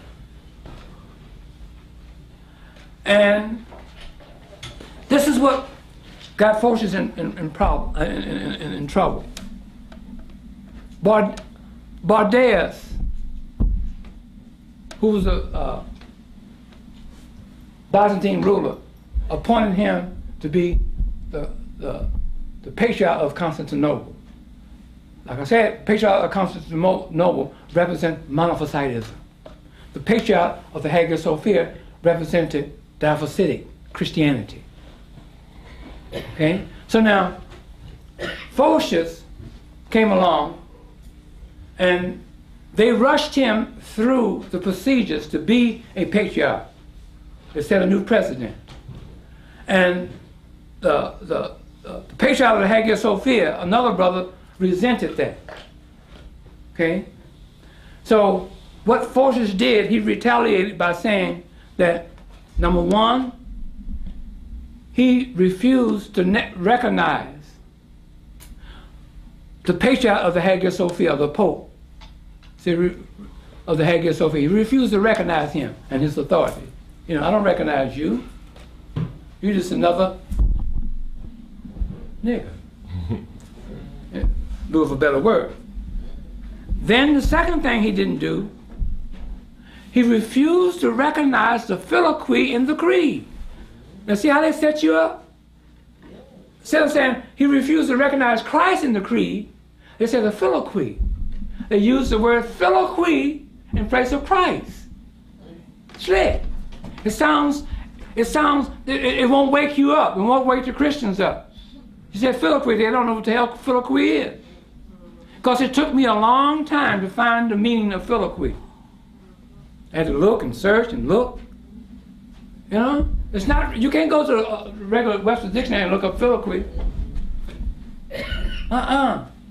But see, those words are used to keep the Christians from being alarmed and awakened. He refused to recognize the Filioque in the creed. The Filioque means he refused to recognize Christ in the creed. What creed? The creed that was set up at the Council of Nicaea I, when they took this image of Serapis and inserted it in the creed and made it part of the Nicene Coptic Egyptian creed of Osiris, Isis, and Horus, the S-U-N. He refused to recognize it. Still arguing now. This is 869 and 870. Argument still going on. From 320 BC all the way up until, now you opened over 800 years of argument over this, whether this thing had a human nature or not. You see that? You see? So, and then the third thing he refused to do, he refused to practice celibacy. He said, I'm not going to practice no celibacy, man. All these fine chicks around me. You think I'm a damn fool? No, sir. He refused to do that. See? So they called another council meeting for him. The Council of Constantinople IV. That was to admonish Photius, but he held on, you know. So let me fast forward a little bit, and we're going to come to the end of my presentation, and we're going to go into the time of the Crusades. All this has something to do with Christianity. See, the Crusades started. The first crusade was 1096. All crusades took place where? I didn't ask you. But anyway, it took place in Africa. See, people think crusades was in Europe. No. It's in Africa, known today as the Middle East. Okay? That's where the crusades were. Alexis I Komnenos. He was a Byzantine emperor. After the Seljukian Turks began to cause trouble for the Byzantine Empire and the Byzantine emperors. The Seljukian Turks erupted out of Iran in 1071.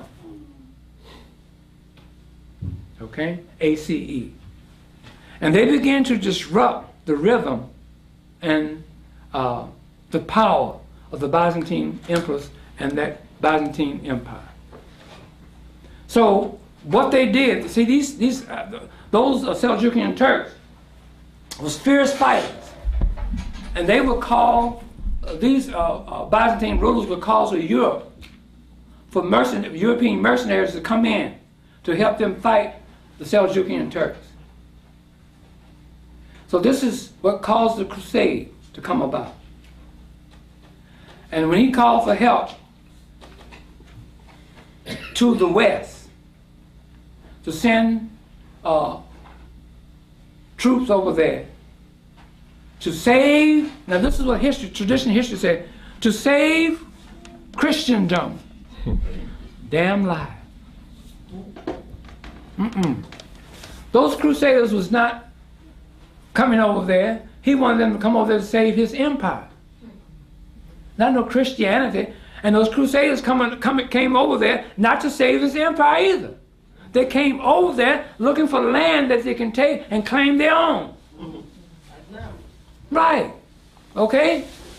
So, in 1096,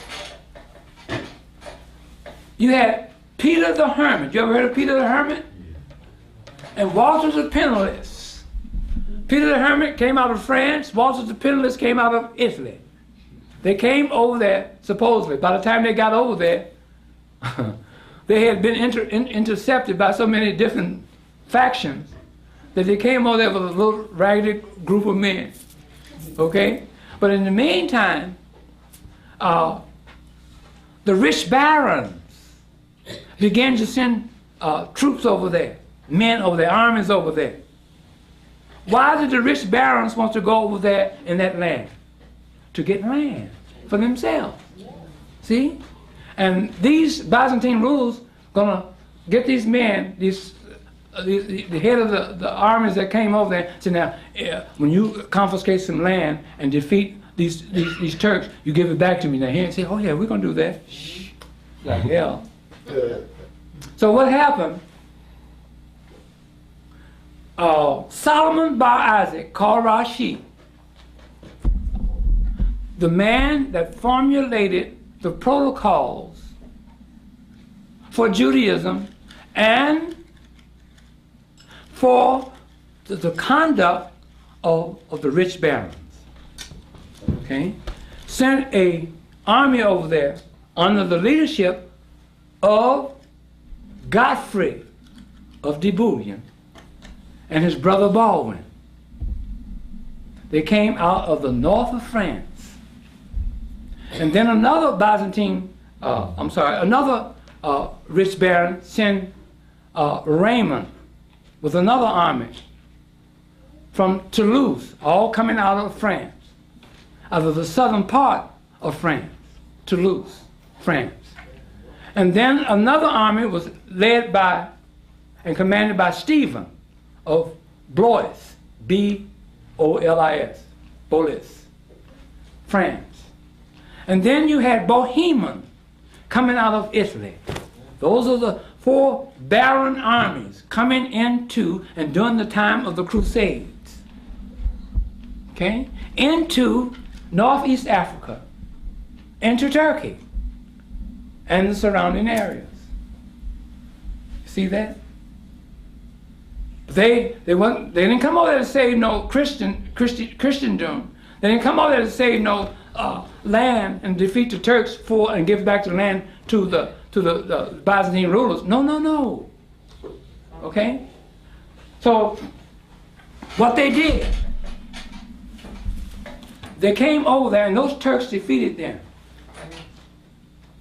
All of those armies, except for Godfrey and his army that was sent in there by Solomon Bar Isaac called Rashid.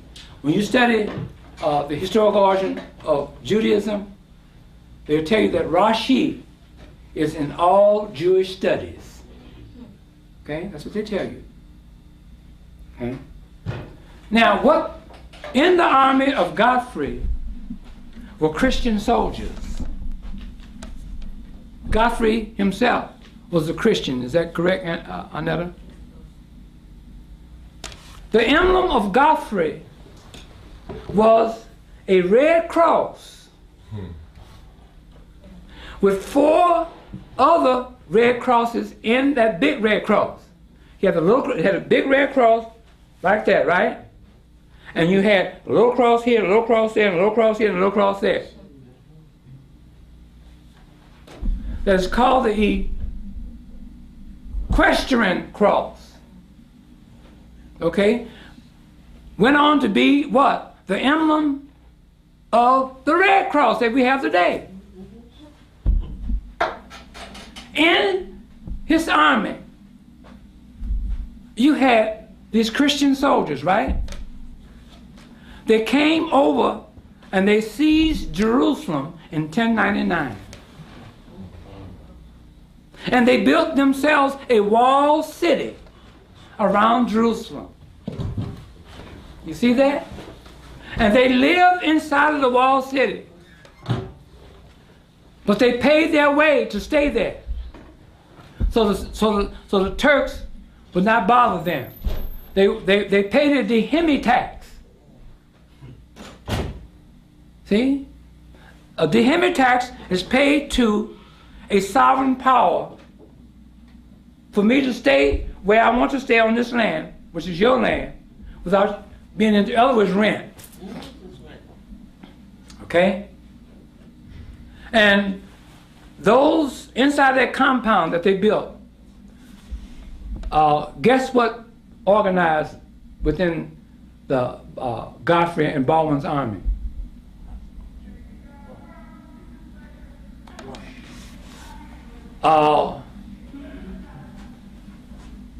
They began to organize for the very first time.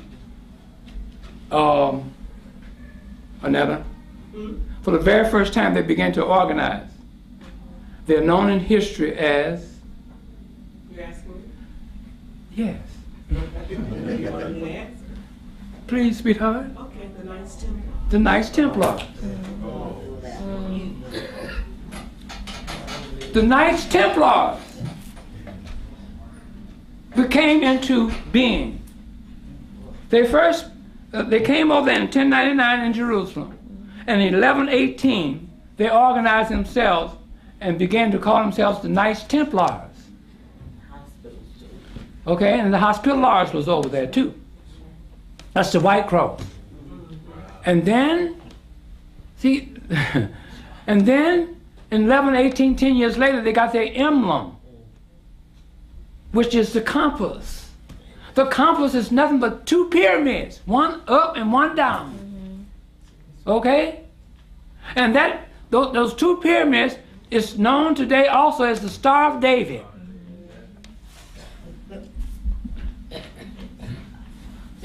Star of David. Okay?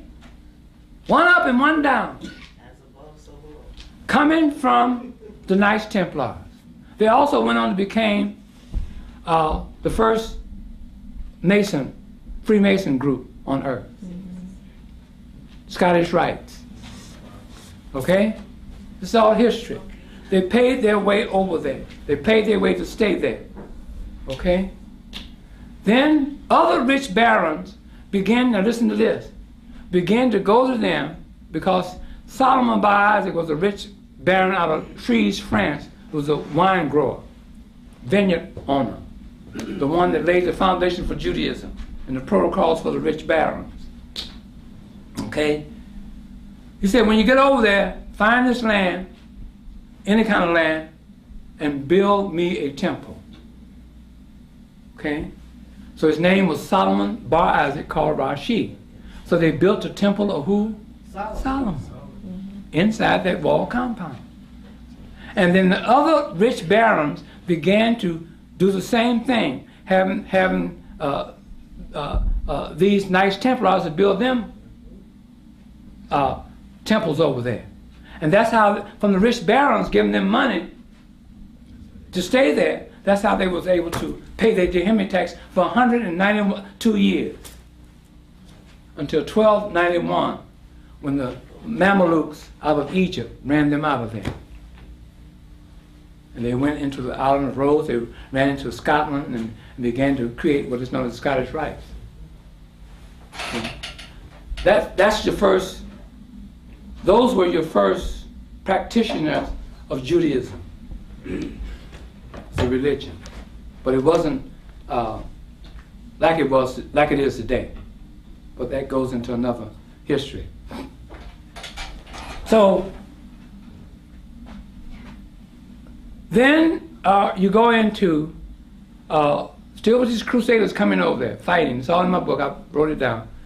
And I brought you up to where the Byzantine emperors was segregated and only allowed to operate within the double-walled city of Constantinople until Mohammed II came along in 1453 and took a cannon and blew a hole in the side of the city of Constantinople and entered there and took over the Hagia Sophia and made it into a mosque.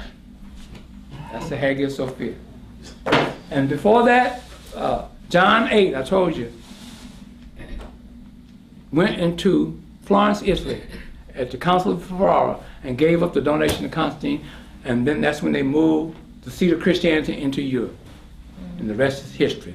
So with that, I'm going to close my lecture out. And if you have any questions, I'll take a few quick questions. We won't linger long. And then, you know, we can end my lecture that way. You got to give me an applause. And then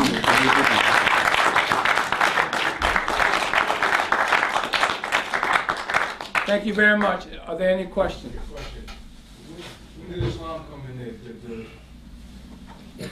there? Islam does not come in until the Quran is created. And the Quran was created by Jews. They began to write and create the book that we know today as the Quran. They began to write that book in 1870 in Syria. Okay? You're not listening. 1870 in Syria. Jewish scholars from France began to create that book. It was the Alliance Israelite Universal of Paris, France, sending a group of rabbis and scholars and writers into Syria. Because during that time, they had Monophysitism. I'm sorry, Mohammedanism. I'm getting a little tired. They're having Mohammedanism then. Okay, it's in my book. But to get to the Islam part, always remember, Islam is a religion based upon a book called the Quran. The Quran and the religion called Islam was created by Jews. They created that religion by creating what is known as the Quran. Okay, 1870. It took them, when they began to write and create this book that we know today as the Quran, and it took them 49 years, okay, to complete that book called the Quran. And in 1919, the Arabs accepted that book. In 1919 now, after World War I. World War I was from 1914 to 1918. In 1919, the Arab world accepted what is known as the Quran. And they had, guess when they had the first meeting in Islam's history? 1926. It's in my book. I'm the only one that's bringing it out. So the Crusades wasn't fought between the Muslims and the first Crusade wasn't between the Muslims and the Christians? No. That's what tradition says that. History doesn't say that. See, history says that these crusaders came over there. They weren't interested in saving no Christianity. Okay, they wanted land over there. Well, I think it's important kind of to bridge us a little bit. But they were paying a toll or dihemi to whom? I think it's important to mention. They was paying a dihemi to the Turks, to the Seljukian Turks or the Ottoman Turks over there. Okay, that's who they was paying a dihemi to. Like I told you, the word dihemi means a tax. And then those later years, those Knights Templars became dihemi bankers. Okay, they collected the taxes for the capitalists who loaned money to the rich monarchs and merchants over in Europe. And they became tax collectors.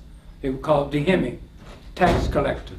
And Jesse Jackson called them Hymies. Okay?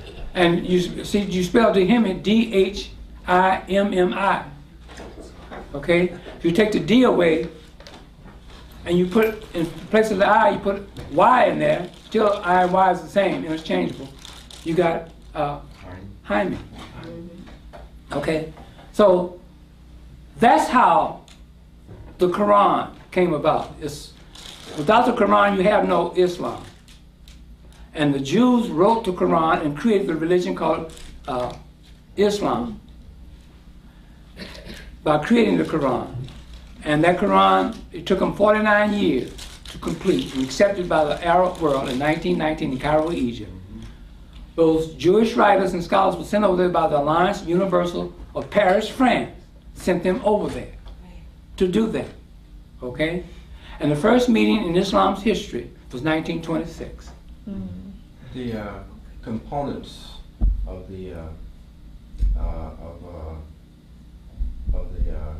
boy, I'm sleepy too. The components of the book, the Muslim book, the Quran, the components of it. What makes it up? Well, you got surahs in there. Okay? The surahs means chapters. Well, that's what the Jews got that. They got that from the Jews. The Jews wrote that and created surahs. Instead of chapters, they said surahs. You studied Judaism, they said the surah was in Iraq. Okay? And that, they call it in Iraq Babylon. It was in Babylon. That's where the Torah, a center where the Torah was studied. Okay? So I put it in my book. So that's one of the aspects. And then they say, see, the first God of Islam was not Allah. It was Rahman. The name Rahman, the compassionate, preceded every chapter in the Quran created by Jews. And then they dropped Rahman and they got Allah. And they took Rahman and boosted Rahman up and gave him another function. What function is that? Rahman. Huh? Ramadan. See? That's what they did. This is history.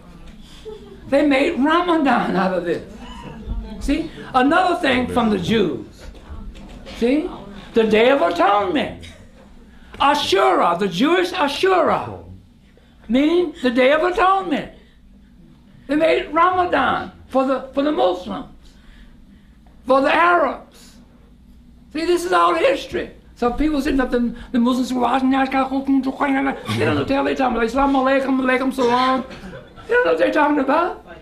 The Jews created the religion for them. And they don't even know that. I, little Walter Williams, comes along and tells the world, the African world, this is what's happening with Islam, guys. Little Walter Williams. Outside of the surah, the other components, the Old Testament. Well, you got, see, what makes up the Quran, I'm glad you brought that up. What makes up the Quran, like I told you before in the previous lecture, is the two sets of books. The Old Testament, which is the Pentateuch, and Psalms, written by Jewish writers, and the four Christian Gospels. That's your Quran there. Now, they tell the Muslims that the angel Gabriel taught the Prophet Muhammad in 622 AD what God wanted Muhammad to give to mankind. Muhammad was illiterate, This is how the story goes.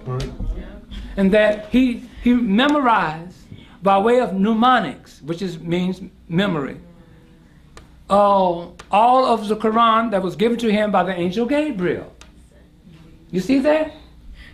And that he dictated to his scribe what the angel Gabriel had taught him. Okay?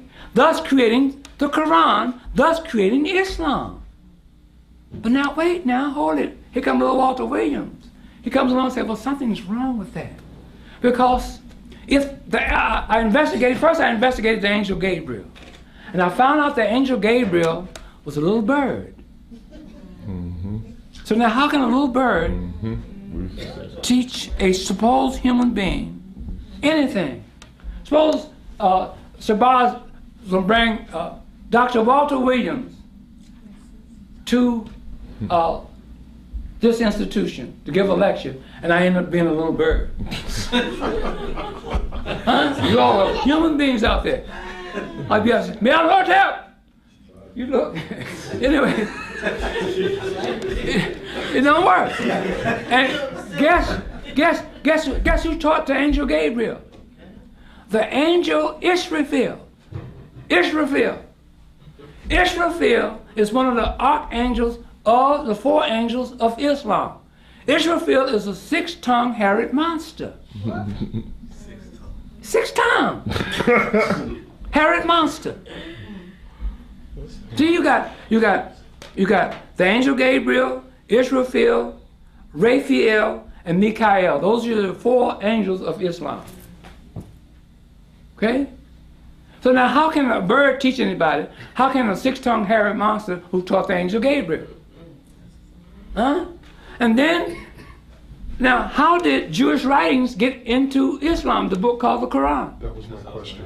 How did he do it? Jews put it in there. But my question is also is the continent which is now known as Saudi Arabia, and the people that they call Ethiopians that were once inhabitants of Arabia before the people that you see of my complexion or a little bit lighter, they call Arabs.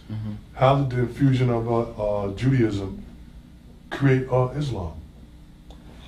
Were they there? Because when you say Jew, you're talking about the Caucasian. Did you? No. You talking about? See, you think Jew is a race? No, it isn't. All right, wait. Now, don't say you think about Caucasian.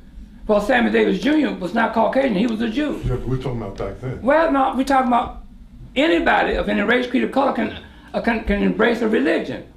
Right. So you don't say it was Caucasian. But you said the Jews of France sent a group into Syria for the sole purpose of creating literature known today as the Quran for the Mohammedan world, for the Arab world. That's how it happened.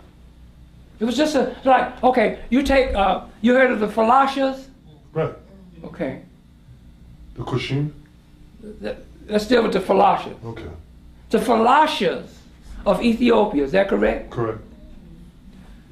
It was that same group, the Alliance Israelite Universal of Paris, France, sending Joseph Halevi into Ethiopia to create what is known today in history as the Falasha Jews. They did that. No one is telling you this, but they did that. Okay? In 1867, Joseph Halevi came into Ethiopia. The next time I come, I'll elaborate on that. Okay? So now here you have the same Alliance Israelite Universal of Paris, France, sending a group of writers, rabbis, and scholars over there in Syria to create literature for the Mohammedan Arabs. Because Judaism already had published their literature in 1475. The Christians had their literature printed in 1516, the Novum Instrumentum. But the Mohammedan world had no literature. Because it was also the Ottoman Empire that actually spread Islam. It's not, the Ottoman Empire did not spread Islam, it spread Mohammedanism. Okay. That's what they spread, not Islam. Okay. See, Islam is a religion based upon a book called the Quran. Without the Quran, you have no Islam. And I said before that before the book of the Quran was created, you had Mohammedanism. So the Ottoman Turks, beginning in 1300, and they began to enforce and the spread of Mohammedanism. See, the life and biography of Muhammad came from one man, an African out of Spain. It's in my book. His name was Sheikh Al-Akbar Muhyiddin Ibn Ali, aka as Ibn al-Arabi, alias Muhammad. See that? Now, they took his life and biography and made the Prophet Muhammad of Islam from there. Okay? He died. He was born in Spain in 1165. And he died in 1240 in Africa. And his followers and disciples began to spread his teaching, and is known today as the Mohammedanism. And when this was in 1239, and then 61 years later, the Ottoman Turk and the Ottoman Empire came up, 1300, and they took this Mohammedanism theology that the disciples and the followers of Ibn al-Arabi had been teaching, and they began to enforce that throughout the Ottoman Empire, all over North Africa, all into Egypt. They went up into the Balkans. That's part of the Ottoman Empire. They went into southern Russia, all up into the parts of Russia and so forth, enforcing Mohammedanism. They said they walk up to an individual. They say, "Muhammad or die." They took a big sword. Now you want to embrace Muhammad, huh? Or do you want to die? This is how they did it. See, had nothing to do with Islam. Islam wasn't there. Islam is a religion based upon a book called the Quran. Without the book called the Quran, you have no Islam. That religion was created by Jews. But the Muslim world, they don't know that.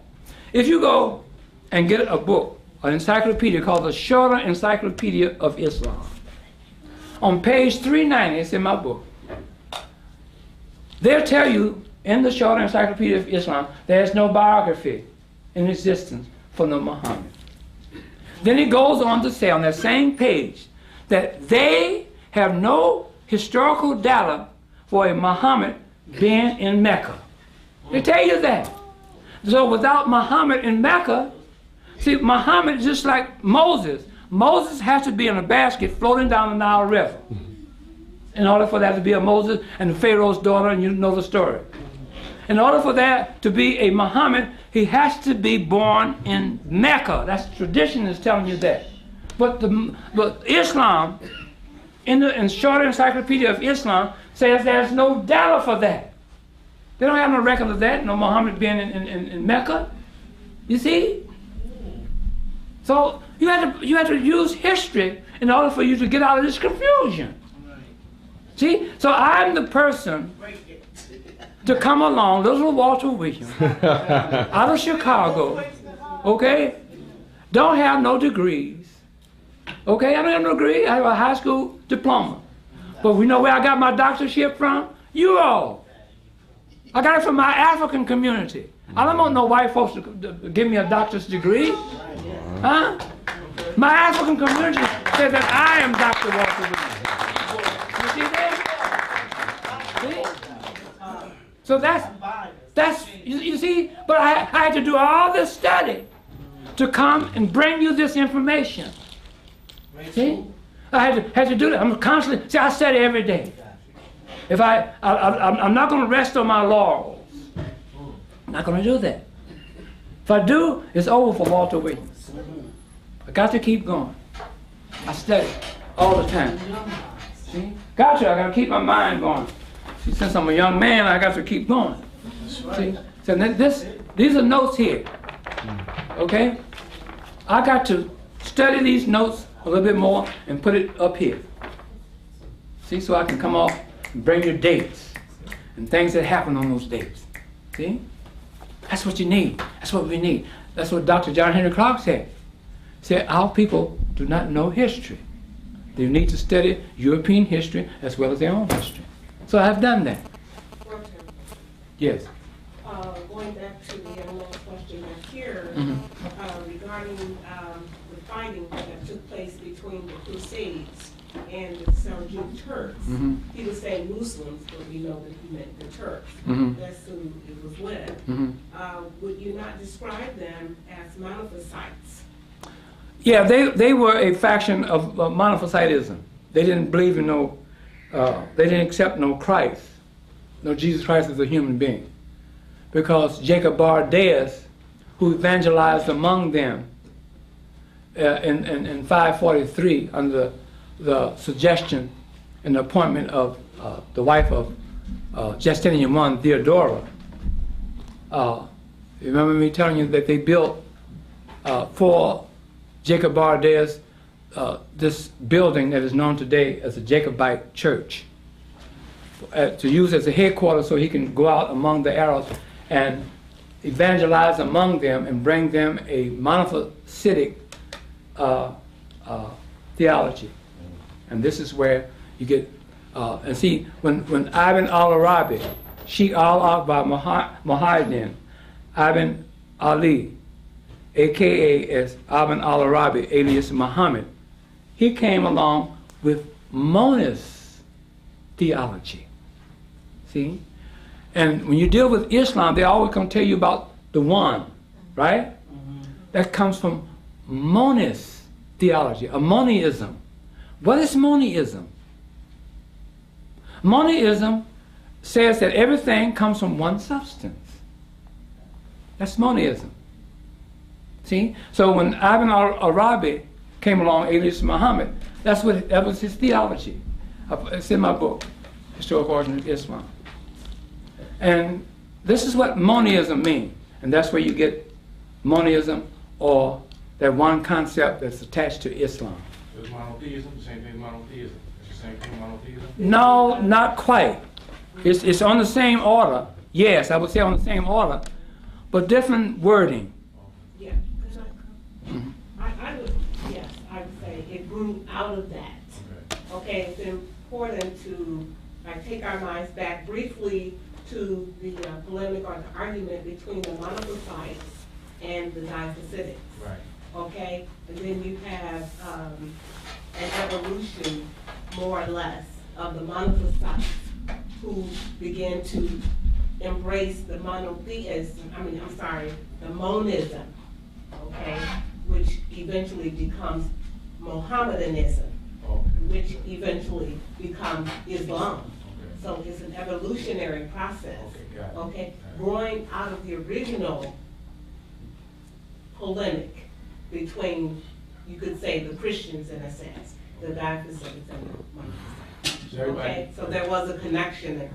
So yes, that was the battle. So Rashid was black, everything was black, Rashid was black, when he did the Quran, they were black? I was... Who?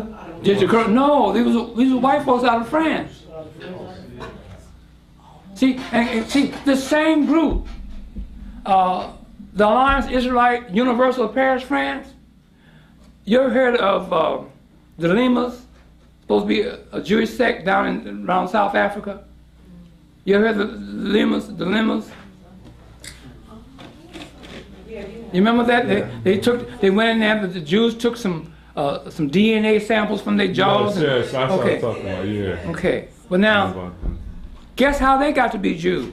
That same group, Alliance Israelite Universal of Paris, France, sent Karl Marx down in 1891 to create this. Like they sent Joseph Halevi into Ethiopia to create what is known as the Falashas. Wow. So no one is telling you this but little Walter Williams. You see that? This is what's happening. Yes. Would this be a correct statement that the polemic really did not stop until we got Mohammedanism between the diaphysitics and the monophysites? Would that be a correct statement? I would say yes. Okay, so you get it? Okay. All right, need I say more? Okay. When you got that definite split, okay, that's when the polemic stopped. 921 years You ended later. up with the Christians, and you ended up eventually with the Muslims. You had the Monophysites in there. Okay, so the Monophysites became your Muslims later. Okay, so you got it? Great. So it grew out of Christianity. Okay? So that's why the connection, and that's where the book goes. That's why the historical origin of Islam is a continuation, actually, of the historical origin of Christianity. That's the evolution. Wow. See, this is it. We're not talking about no theology. Let us pray. Islam alaikum. And all that. We're not talking about that. We're talking about human history. What happened in human history? What happened to our ancestors in human history? This is what happened to our ancestors. This is pertaining to us. See? So we have to learn history to break all this up. For you to understand who you are, what happened to our ancestors, and do something about it. And not be fooled anymore. Because when you embrace a religion, guess what a religion will do? Take your life away from you. It will steal your life. Because that religion is not telling you who you are and what you was born with. It's telling you to take all of your life spirituality and give it to the religion. So that's stealing your life, isn't it? Then all religions will do what? They will lie to you and deceive you. Because they tell you about a dead white man on the cross living on earth as Jesus the Christ. And tell you about a faceless white man riding on a camel, talking about the Prophet Muhammad. They're talking about Abraham, Isaac, Jacob, and Moses, which the Jews are saying never existed. They're saying it themselves. Which is, yes, The young man is gone now. You said you would add another side effect? yes, Inferiority complex? inferiority complex. I got to add that. These religions will give you an inferiority complex. You will feel inferior because you as a human being cannot live up to your Savior. You see? You cannot live up to the God of these religions. See, all religions have a God. Christianity has a dead white man on the cross called Christ. Islam has Allah. Judaism has Yahweh and Jehovah. Buddhism has this fat dude with the titties and a diaper called Buddha. Huh? See? All male. Okay? See? So therefore, you cannot live up to these. The Christianity said that all of you, people of humanity, are dirty rags. Mm-hmm. See, so therefore, you feel bad. I can't live. In order for me to feel good, I got to embrace this dead white man on the cross and be a Christian. See? But you're practicing inferiority coming from these religions. You're inferior. Did you want to add something to that? I had a child who was helping to bring out this point. The couple and the two children sitting back here. And he was responding to the picture of the little boy with the Christ image looking down over him. And he was simply saying that puts folks of color in an inferior position. You got this white God looming over you. Okay, so therefore you will always feel inferior to that. Correct. Because it's being presented to you as the superpower. There's something? You accept this thing, take it into your consciousness, into your subconscious mind. It superimposes on you and make you inferior. Because you know that your God and your Savior is a European image.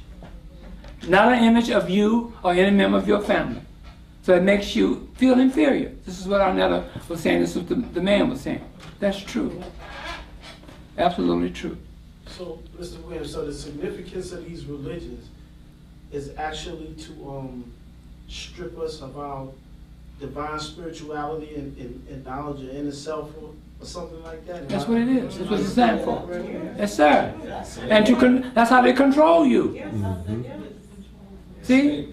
They can't control you with an individual, independent mind. They can't control you that way. So once you begin to step out of that, and you start to seeking, actual historical facts, then there's a problem. No, it's not. No, I'm saying you would oppose a problem To who? those in the authority of those religions who control those religions. No, listen. You know how they tell you don't question God and Well, don't be around them to tell you that. No, I know. I'm And when you not, divest I'm just saying, I'm just Yeah. But when you divest yourself away from that, you don't have that to worry about anymore. See, like a brother in L.A., I was giving a lecture last year in L.A., and he told me, he said, during the question and answer, he said, we should go and pick up arms and kill the white man. I said, are you crazy fool? I said, here we don't even own a hairpin factory. You know what I'm saying to me? You know? He said, well, what can I do? I said, what can we do? I said, all you have to do is change your mind. No one control what you're thinking up here. Just like the Arab in your neighbor got a store, right? If you don't want that Arab there, you don't go to his store. He's gonna close it down anyway. You change your mind, say, I'm not going to the Arab store. If everybody unified and said we don't go to the Arab store, the Arab's gotta close his door. And there's nothing you can do. He can't come around and shoot you because you didn't come to the store. So you change your mind. That's all you have to do. Change your mind. Say, I'm not going to be a Christian anymore. Go to Reverend Chicken Wings Church and turn in your cross and this dead white man and say, and here's your Bible and here's your God. I don't want this anymore in my life. I'm getting all this trash out of my life. I'm taking back my life. This is what you have to do. Take back your life. That's how they control the world. What made these Coptic Africans put all of this stuff in place with these Europeans? Because the European is still a European back then, like he is a European today. Right. Okay? You have what make Condoleezza Rice go with the regime of George Bush? What make Colin Powell and Clarence Thomas favor, power, the little crumbs that they can get from being associated with them and being their stooges. That's all that is. But it was obvious that the Europeans are coming to them and they weren't accepting them into their secret society. That's correct. The Coptic Africans. Right. Then the powers was with the Africans. So I don't. You understand what I'm saying? The power was with the Africans. The grassroots didn't accept that. That's what the argument was over for 921 years. The grassroots didn't accept this white image of Serapis or Christ. But the Greeks found a group that went along with them, like Armstrong Williams, went along with George Bush. And other Negro preachers went along with the faith-based program. Okay? So you have that. That's for personal reasons and personal gains and so forth and so on. That's all that is. But I don't understand what the Coptic Africans stood to gain. What was the actual trade-off? If the power was with the Coptic Africans and the Europeans had to actually come to them to legitimize their thing, what was the gain of the Coptic Africans? That's what I. But here's what you have to understand: the power was with the Greeks and the Romans. They ruled Egypt. Okay, that they had the power, but they did not have the power to create a religion. They didn't know how to do that. So they went to you, this African, and made him an offer that he could not refuse. Okay? Say, hey, you can ride around in a Cadillac. Your wife can have mink coats. You can live in fine homes. All that, you just come on with me. Okay? We leave those rest of those Negroes on out there. Let them do what they want to do. See? So that's how it's done. The power was with the Greeks and the Romans. Okay? But to make what the Greeks wanted and get from them, it was in the power of the Africans. And they betrayed. That's the reason why I said the Melkite Uncle Toms of antiquity. That's the reason why I labeled them there.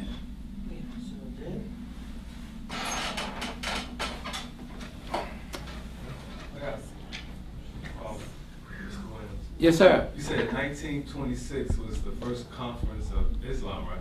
The first meeting in Islam's history. Where was it at? And what was coming out of this meeting? It was in what they was doing. See, the fall of the Byzantine government it was defeated in World War I. World War I is 1914 to 1918. Okay. The last of the Ottoman Sultanate was in 1919. The Sultanate, or the Sultan, who was the head of the Ottoman Turkish Empire, whoever it may have been, was also the head of the Mohammedan world. You got that? Okay. It was the head of it. So since the Ottoman Turkish Empire fell, there was no Sultanate anymore. So what they was trying to do was, since they got Islam with this Quran coming out in 1919, they was looking for a caliph. He wanted someone to be the head of Islam, a caliph. That's what they was looking for. They was looking for a caliphate. And the first meeting that they had was in 1926 in the area they call Mecca. If you go to Mecca, see, Mecca is a very modern city. And that was the world's first Hajj. 1926. Based on this meeting. Based on this meeting, yeah. Now, the Muslims, me and my wife, we took a trip, a 10-day trip from Chicago, and we flew into D.C., rented a car, and began to travel. And we stopped in this mosque in Washington, D.C. And while we were there, long story short, we always buy literature or always snooping around, trying to find something. See, I'm Sambo, okay? You know, Sambo and a Little Black Sambo. I'm not Little Black Sambo, but what's that? Uncle Tom. Remember Uncle Tom's Cabin? Sambo is the one that did all the talking. He told white folks stuff. Uncle Tom didn't do anything. Uncle Tom can see 10 of us get killed. He wouldn't say nothing. He's an old Uncle Tom.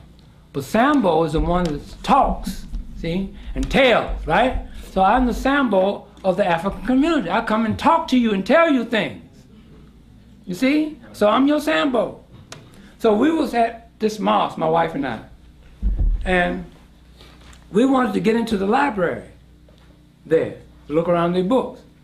So we were sitting out in the open air on a bench, she and I, and all of a sudden, they said that the librarian would be back in about an hour, so we waited. So all of a sudden, a brother walks up to us and handed me 3 hardback books. I said, okay, thank you. And I left. And when I got home, back to Chicago, after we made our 10-day trip, I looked in this book. It's called The Sword and the Holy Quran, written by Abdul Aziz, his son, King Saud. That's where Saudi Arabia was named after. And in this book, it had the first meeting in Islam's history. I said, wow!